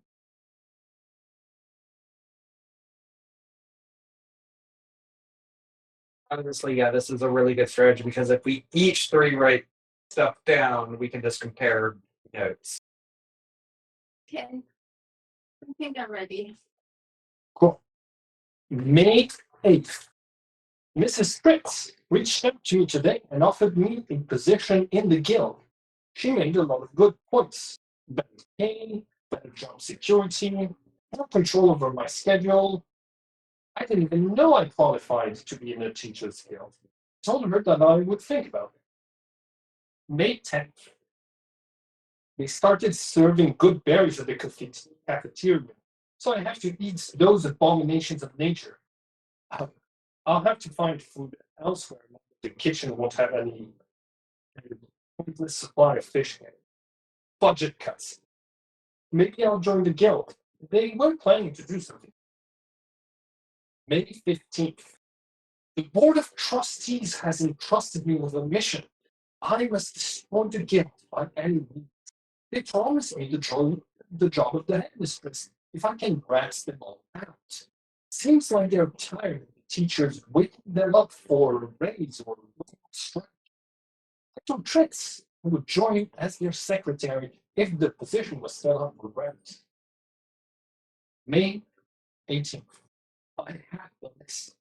Every one of their members, plus the staff that they are planning on recruiting. They even listed everyone's grievances. Now, I only need to find out how to dispose of the 10 powerful wizards and their allies. Firing them would be the easy path, but the trustees don't want to pay severance. Maybe I can just intimidate them into quitting. Still have contact with Chris from our days of making a hybrid. He already busted a guild hall, although it was just collateral damage on his reign of grateful. But what could he want in return? June 25th. I'm a bloody genius. Chris agreed to take the position of treasurer and move his board beneath the king. The school will add a layer of protection to his fingers. He even wants to invest in the school by lending us medical items. The board loves him. Perfect timing, too. The Keeper's Guild is about to do a month-long strike for better pay. June 26th. What a disaster. Chris massacred the whole guild as soon as they came to the negotiation table. I never saw this much blood. He dragged me into the fight too. It was already too late to stop. Uh, he didn't even let me keep any of the heads. Bloody lizard.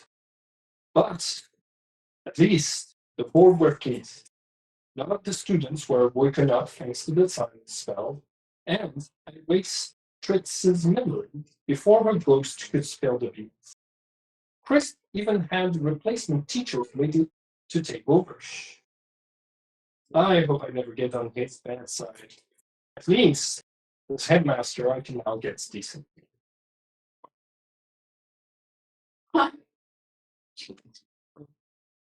That's why we're gonna take a break. Good idea. I just I realized thinking about it that what I speculated earlier might be like lowering the number of like souls they regularly need to consume by like going into stasis. That if the Teachers Guild is regularly waking them up, Yes, they can see more souls. yeah, it becomes in need of more soul. and if there are vampires down there, they also need the snack because they're grumpy. Yeah.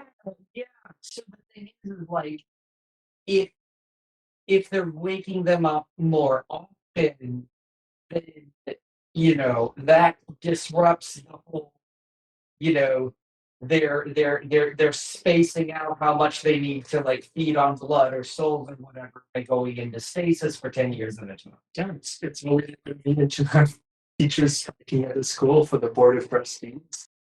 Yeah. It just turns in their inconvenience turns deadly. Yeah, exactly.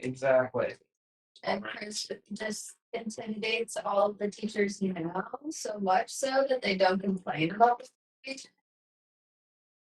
You also remember the board of trustees was discussing the event that happened 10 years. They didn't name what the event was. I mean, there was some fear behind it, and how they were putting together that they were referring to the guild of teachers coming together and making decisions. The board of trustees is print program, Chris. Does anyone remember the first and last name of the headmaster? Marius Kala. Is he a vampire? Now, what happens when you say his first name first, his first name second? Calamari. It's been here the whole time. It's been here the whole. He's a lich. He's a mind flayer. Yes.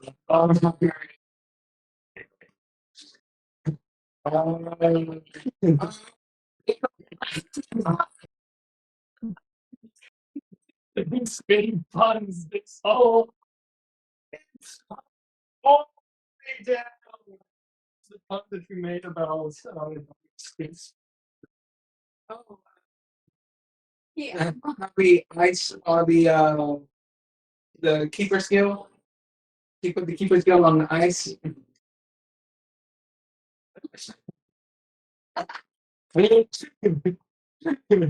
I've just been so careful to always say it's first and not second. Calamari. Yeah. Boy.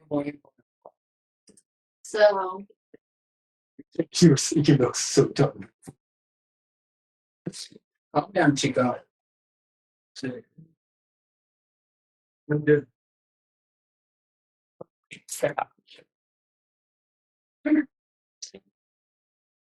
And you were waiting. You were waiting this whole time. I mean, nothing but patience as a dungeon. drop that for too long.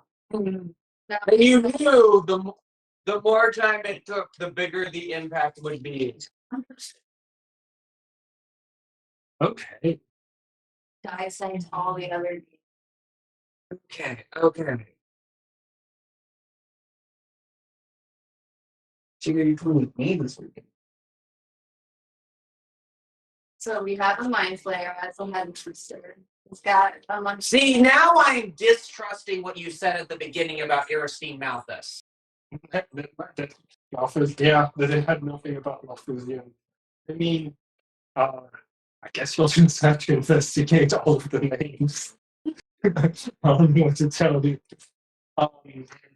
But congratulations, you've solved one more mystery. You discovered what was up with what happened 10 years ago. Just 10 years ago.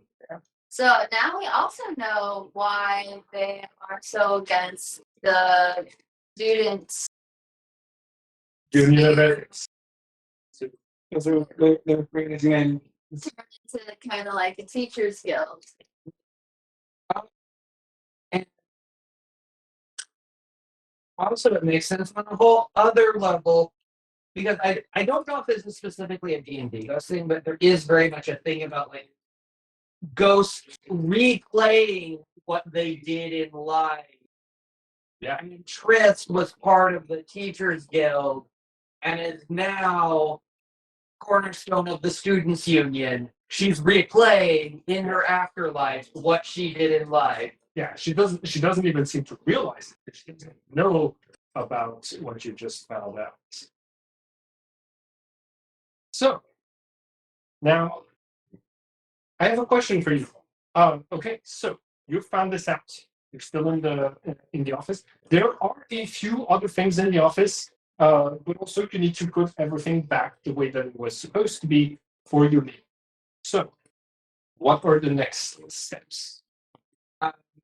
Obviously, we got everything we can from the memory thing. That's all that I wrote. So yes. Okay.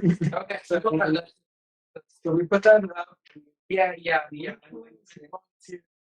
Do I need to make a roll for my bonus tools? No. To put it back together. No, you don't. You just tell me what your medicine score is, and I roll for you, because you won't know if you sealed it properly or not.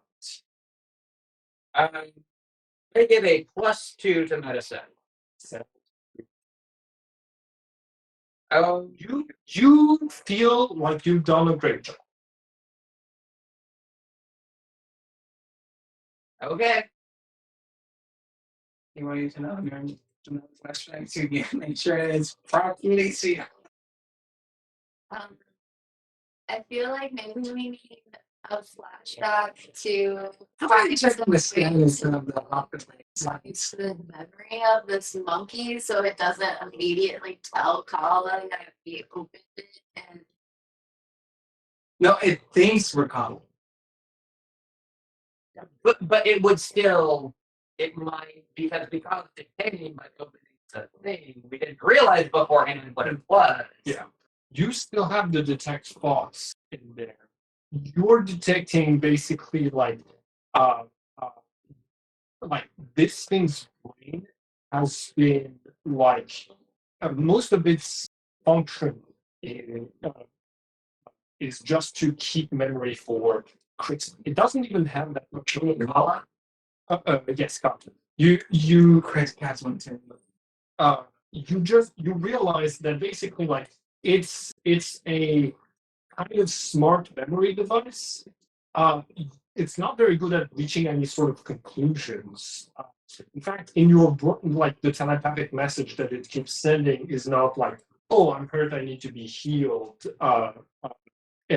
It's just like, "Master, this is you." Uh, uh, like trying to basically get a response, a new journal entry. You don't. Now that you've sealed it, you don't think it's it kind of stops making sending telepathic thoughts to you, and it kind of looks like it's forgetting the incident almost immediately because no new entry was added to it. So yeah. Okay. Yeah. So you mentioned that it was under papers. Yeah. Okay. So I'm going to make sure that after it's sealed, it's under the papers. Cool. And of course, we should make sure that it is relocked. Are we going to need any sort of Arcana check to successfully? Oh, you gave us The password, yes. yes. The password being bigger. Ah. Digger. Yeah, the mind flayers they grab you with their tentacles and then they pierce your skull with the beak that they have underneath all the tentacles and they dig into your skull to eat your brain. It was always Okay, so is that what his beard is? That's why his hair's always in the fucking suit. That's like he has dreadlocks because it makes the illusion look like he just has a dreadlock beard when in fact it's tentacles. That's why he always has fucking soup on his fucking. but it's all super You thought those were just character quirks, but they were hints this whole time. Oh, I knew they were hints. I just was not sure what they were hints about. Yeah. They were hints about something. And yeah. As soon as I realized it was a mind flayer, my brain started piecing it. I was like, oh wait. This is what's going on here. This is why it's been like this. Okay. wasn't the speed of fast be left the hours. No. So deactivates the decadahedron of death beam. Oh, That's not the confusion. It's yes. You're right. so have I been building this toy this whole time? If you want to, yeah. I mean, toy, Uh, the key Yeah. to lock the desk. sure. That's not supposed to be. Yeah, for the door. Door. Uh, Like Was it the door? yeah, You because don't- we can probably use the thieves' tools, the dash, yeah. a little more convincingly. You can use the thieves tools to kind of close everything. Like you've done all of this with just one of the flashbacks, but you're practically done. I just need a couple of walls for to lock the two doors back up. And if you don't want to investigate anything else in the room, then you'll be done. Risk waking up the office. Yeah, that's it is. I am sure these are significant, and I'm definitely taking note that there's a crystal ball and a wand of size changing. A wand of enlarge, reduce. Enlarge, reduce. Yes. Yeah. Cool. I'm definitely taking note of that, but like at the same time, I don't want to mess with that. I'm not going to tempt fate right now because this has gone fairly smoothly for a night where I've been having fairly low rolls. So, Damon, would you like to roll two checks with thieves tools? So that's a +5. They're both difficult 12 to put the locks. Please. Need four more. 18. Okay. And now, so that's the desk one, and you will do one more. Different dice. Jeez.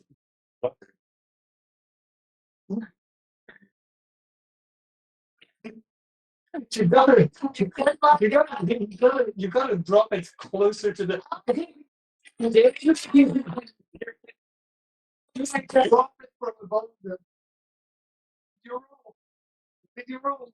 Amy, what did you roll? Is that a 1? It's a 7. It's a 7.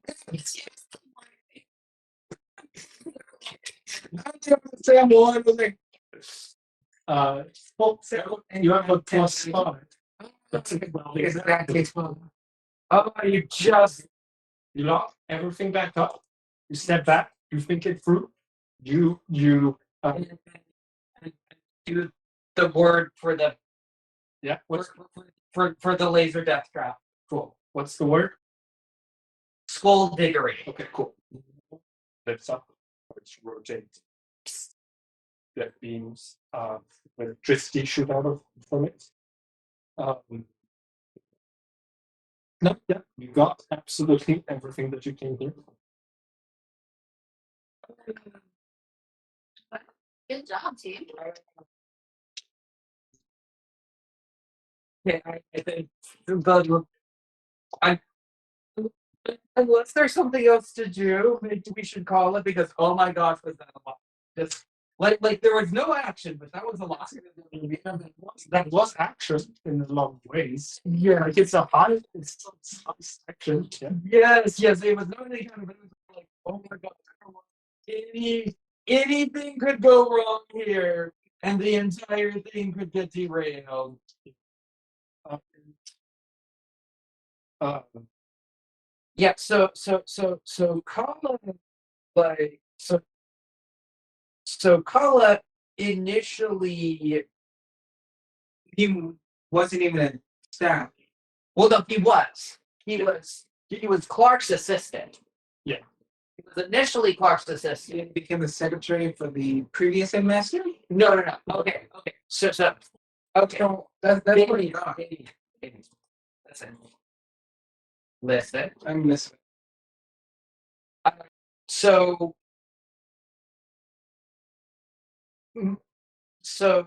he started Clark's assistant. That was like established previously. He had been hired as Clark's assistant before he became headmaster. Then, shortly before he, like shortly after that, Tritz came to him about the guild. Officer of the guild.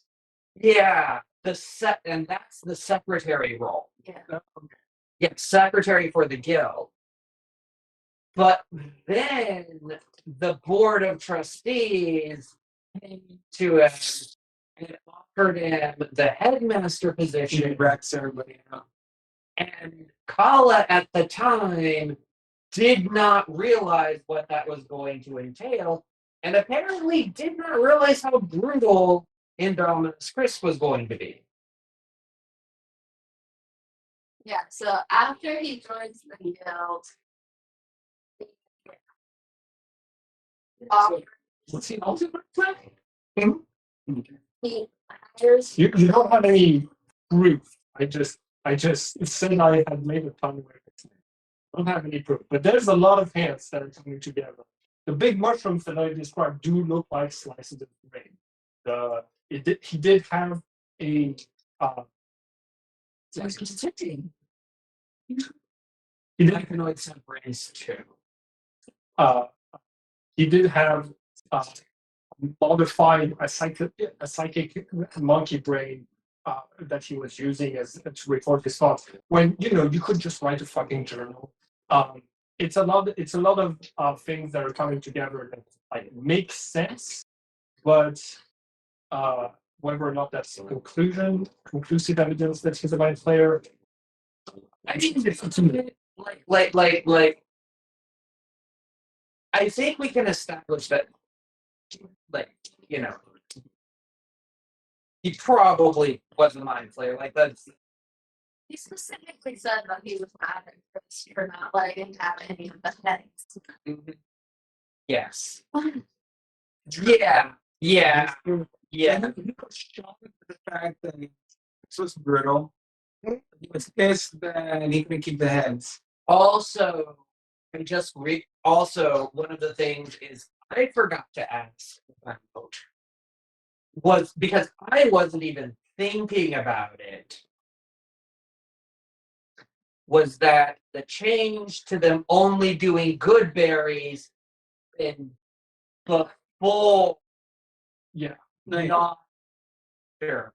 I had always been assuming that was a post changeover thing they implemented because there's no more kitchen staff. Yeah. So you said it was at least a decade since she last cooked and used the dishes? I just said the dishes were dirty and it looked like a day. Not exactly a day.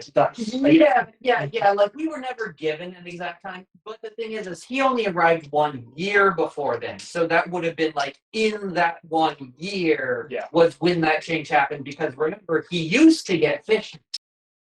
Yeah, he used to get dishes for the kitchen was closed. And so the thing is that so the thing is you're also looking at like he's kind of being starved here. Because he used to just be able to get, his brains from the fish. And now there's only good berries, and he's a mind flayer, which are probably like obligate brainivores. Like he needs to have the brains of something to eat. Yeah. And so the thing is he's hungry, he's stressed, and not only this, they're offering him the headmaster position. which is the only position that gets dishes cooked for them. It's the tower, the one that had his head chopped off. That's It wasn't the head chopped off. It was someone fell from a tower and they never found their brain. so Colin must have been. You also mentioned that yes, during the time that the magic was turned off in the school, this guy, if he has an illusion on him that makes him human, this guy felt, and that's why he was so eager not to be seen. Yeah. That's why he was pissed. I was trying to get in. But if he's not doing anything bad, well, Why would he not? Well, because mind flayers fear everything. Yeah, you know how people don't like vampires because they some of their friendly. Just have track and cross and everything was vampire. Yeah, they still have to drink blood. Feel like It's all basically a vegetarian thing. So she's only point brains. You have no clue what he's eating now. Like describing them as mushrooms because that's what bread slices might look like once they get fried and cooked.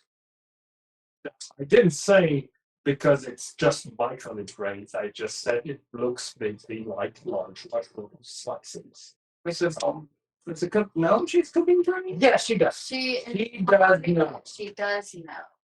The cook knows. She The cook knew. she said I'd like you to Wait. try. So one of the things I'm worrying about. It's that just because someone is born a certain way doesn't mean that necessarily good. Yeah, no. So one of the things I'm wondering. Yeah, because the thing is like when you see the beginning ones, he like just seems to be like excited to be a new teacher here. Or excited to be working here, and this is great. And then like he stops getting grades, and they're offering him the headmaster position.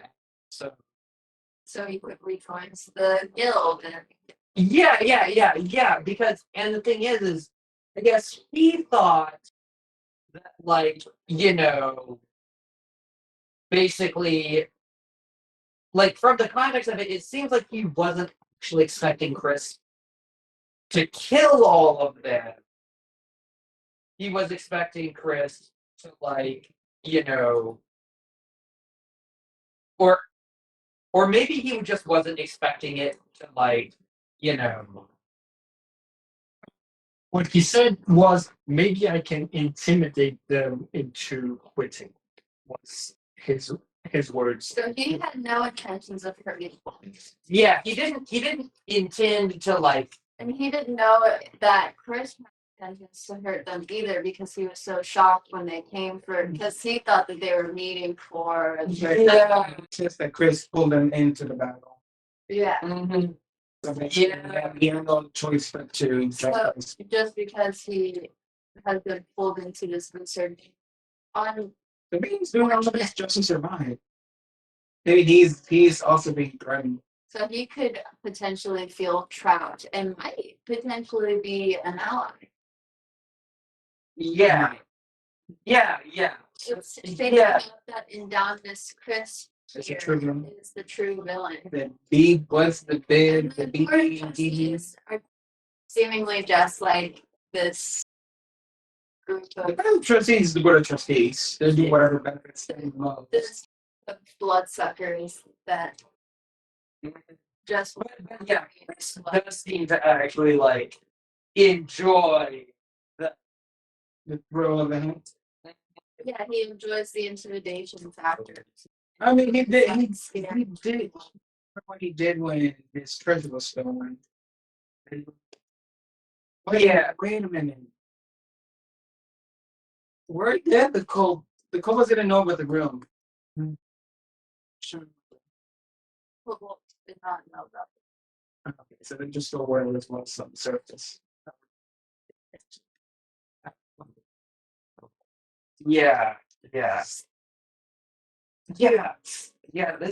is like this is inter- and this is also why I'm kind of like I don't necessarily want to get into something else because this is a lot to like process. Because this is like I don't know, this almost feels like two mysteries here. Just as much as we got. I know you don't have your book, but we gotta add one more mystery solved to the list of mysteries. yeah, transfer. You can see how close we are to the next level.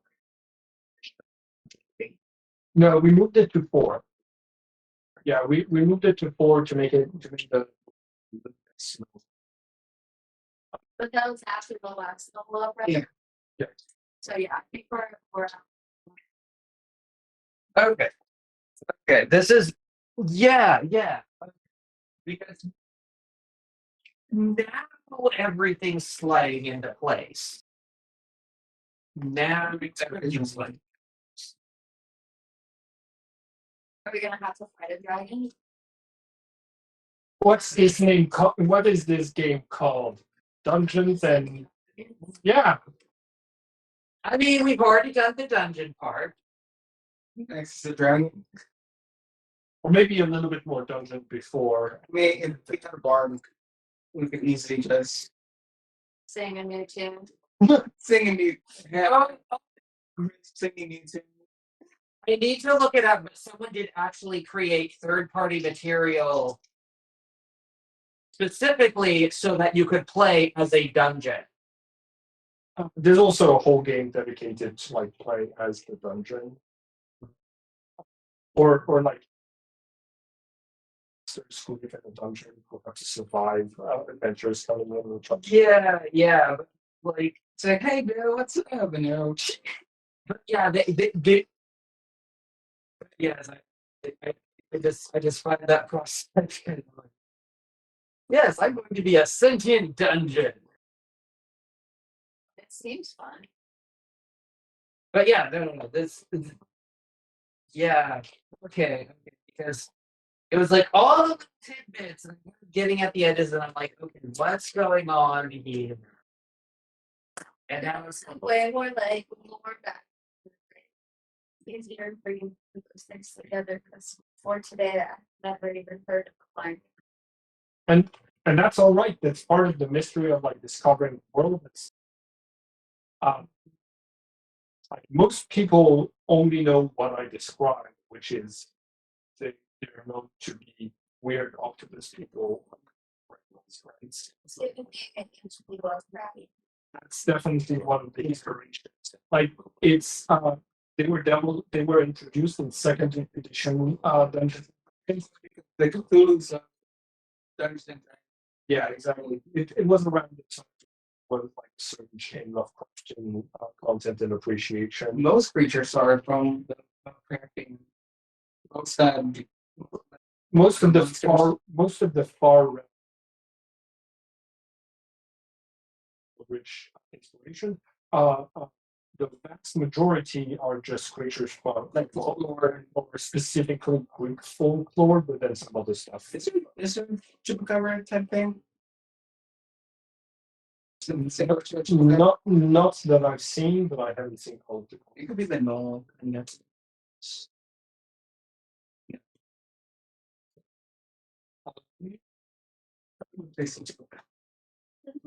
Right. So we're gonna bring the session to a close and do stars and wishes now. The Raza, the star that I have for you is your clever use of the familiar again. I'm ready to use that aspect of your character. I also just love investing more in every single dice roll, and to the point where your hands shake and you can't even aim at the thing. Questions for anyone because today's session just went. Kazaris, I just love the love scene gone wrong. Like you know what I was putting on the table when I started the first and I scene. give me hands, but he wouldn't listen. So they tell me love him. Give him that they When during the first scene when I was like, hey, you forgot again, we're like, oh, Simon is setting me up for an arc where there's problems in the relationship, and you didn't immediately try to solve it. You like, I really like that. Like the way that you responded to the prompt is very realistic and progresses the story so that it's not just and then they were together. More complications. Haley, I just love that you have the longest spell list here, plus the wild shapes, and you have the spell magic and you so about tracing you prepare both of them. Those both like simplify the whole ice tremendously. And yeah, no wishes, nothing that I can think of right now. I also love just everyone's reaction to calamari. Just wow. That's a very conversation. That's the response I want to survive. Oh, head say here. It has, yeah, it's Vietnamese. It has good bread color. Let's do the stars and wishes that you all have, and then we can end it here for today. It's right down the street. Okay. I guess I'll go. Star is like this was very heisty. This like even without the whole like this this could be the end of our thing at Candlekeep. This felt like just the way everything was set up, very high stakes. Like you wouldn't have even had to have put that on there. That would still have been like, heart pounding the entire time. And I give you the flashbacks because that's something that happens in heist movies. That's like that allows you to solve problems that we're about spot 10, 100 feet from the elevator is like, oh, but wait, I dropped rope. No, like that kind of stuff. But it gives you a buffer for like problems, and that was a mechanic. So like literally, your wish last time was heist traps. So like I made sure to follow that. Haley, your wish was puzzle oriented traps. So like I was setting today's game up with all of those things, like both game mechanics and That's fair. it was stressful in a good way. Kind of was playing and then getting like good. It's like yeah. But there's no save points. there's no resets. There's no save points. Definition. We just have to live with the consequences or die. Fast. So we can't wish. In that it was a pretty like solid session. Like everything went like really solidly. Like it was really good. I'm kind of glad that they opted because I used the flashlight and say, oh, you know what, I actually on a sleeping potion and poured it into the fish tank prior to getting into the room. I mean, you could have with your mage hand, like that's all like doable. Mm-hmm. And open a window. Starting wish. I'm not sinking feeling that the octopus was actually Paula and that he uses the inlet. That's Paula's child. No, it's a familiar. Yeah, it's simply a familiar. Oh, it's actually an octopus. It's not a baby player. No, those tadpoles they stay tiny until they get inserted into someone's brains, and they're Remember Baldwin Gates? I don't think he's consumed any content related to that particular game, but it's got a lot of my. Maybe not boring. Yes, they're basically like specific entities that take over your brain from. I don't see what the first time for even came into existence. That's a lot of speculation and stuff like this. They're onto a universe where they already conquered everything, but they enter this universe to redo it all over again. Time travel, yeah, that's one of the theories. Damn, you've been knocking up your door since Baldur's Gate 3. Nice. But is that actually like? Yes. Well, yeah, it's one of the theories that they're actually coming from the future, from the peak stuff of the D&D universe, and that they came back in time to. I can't tell if you're messing with me. No, it's like I guess a theory. Yeah. Oh wow. They're not Same option possible. I don't like that's me on that. It's not. It's not been confirmed. They keep referring to their old empire when they ruled the whole universe before the downfall. Anyways, The one thing I couldn't control. Star Wish. I think everything was good. I like everything. I like that little tension I was seeing there. The interactions and everything was pretty. That was good. I liked it.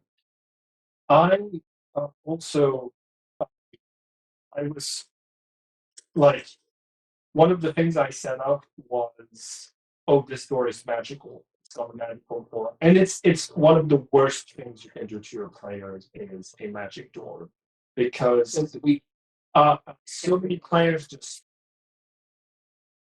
trying to figure out, okay, how are we going to like get locked in it, or we gonna like it? It's a meme how often like people get stuck on the door. And then you just turn them on. Like Turn them on.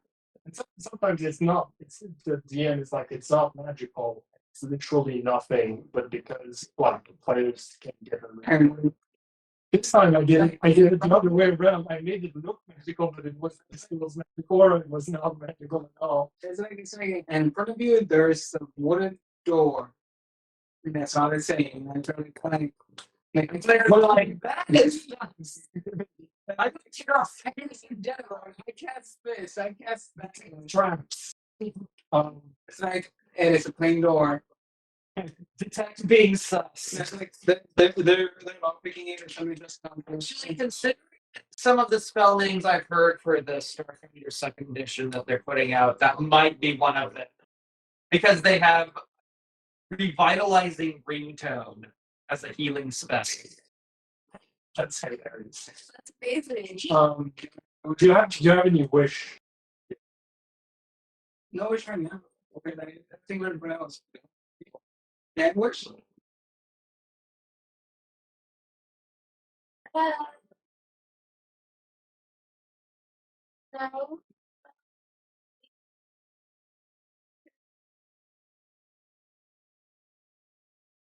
Like so disconnected from the game since it's been a while. It's how you constantly are like dropping hints throughout the whole gameplay. Always find a way to bring it all together. I don't know how you always do it, because I know we must throw some wrenches in your writing, but you always somehow bring everything back together and drop it on us at some point. Yeah, it's a lot of yes, and simply just like reuse. Like if I can't put in a certain idea at some point, I'll put it in later. You know? Like none of you, like when you didn't roll high enough, when Sassy didn't roll high enough to detect stuff, it was like all I would have given would have been like, oh, there's a crystal ball and there's a wall of light. That sort of stuff that you So found. we would have known that from one into Yeah, stuff like this. Just I think experience, like y'all also make it easy because you're very good at keeping track of all those hints and all those ideas. So that I didn't like. It's been so, and y'all were remembering some of the hints I was giving. It's from Wade, like his dreadlocks. Mushroom soup. I mentioned it again, but everybody was like, "Yeah, mushroom soup." That he's been that. Well, so the thing is I remember the myconoids being like, "We're free," and I'm like, "Wait, something bad is going on with the myconoids." Like, yeah, that's not another hint. It's just they were in flower pots and they were being made to sustain the garden ingredients. But like, but you remembering those details, like that's part of what makes it easy for me. Is that when I do drop hints, they get remembered, and when I don't drop hints, it also gets remembered. It's like, you didn't tell us it. Yeah, I told you this. Like, no, you didn't. I think my wish is that I think it would be fun, especially since I've been like thinking about Mind Flayer and Lovecraft. I think it would be fun if we had another episode where we're like going through the portal to another world or something like that. Okay. Something that's like totally different from our world. Well, okay. Non-deadly, perchance. You know, I do have something different coming up, but it's not necessarily a portal, but technically it's a portal. Just yeah, you'll see. But yes, I'm right. Jesus, Yes. the worst.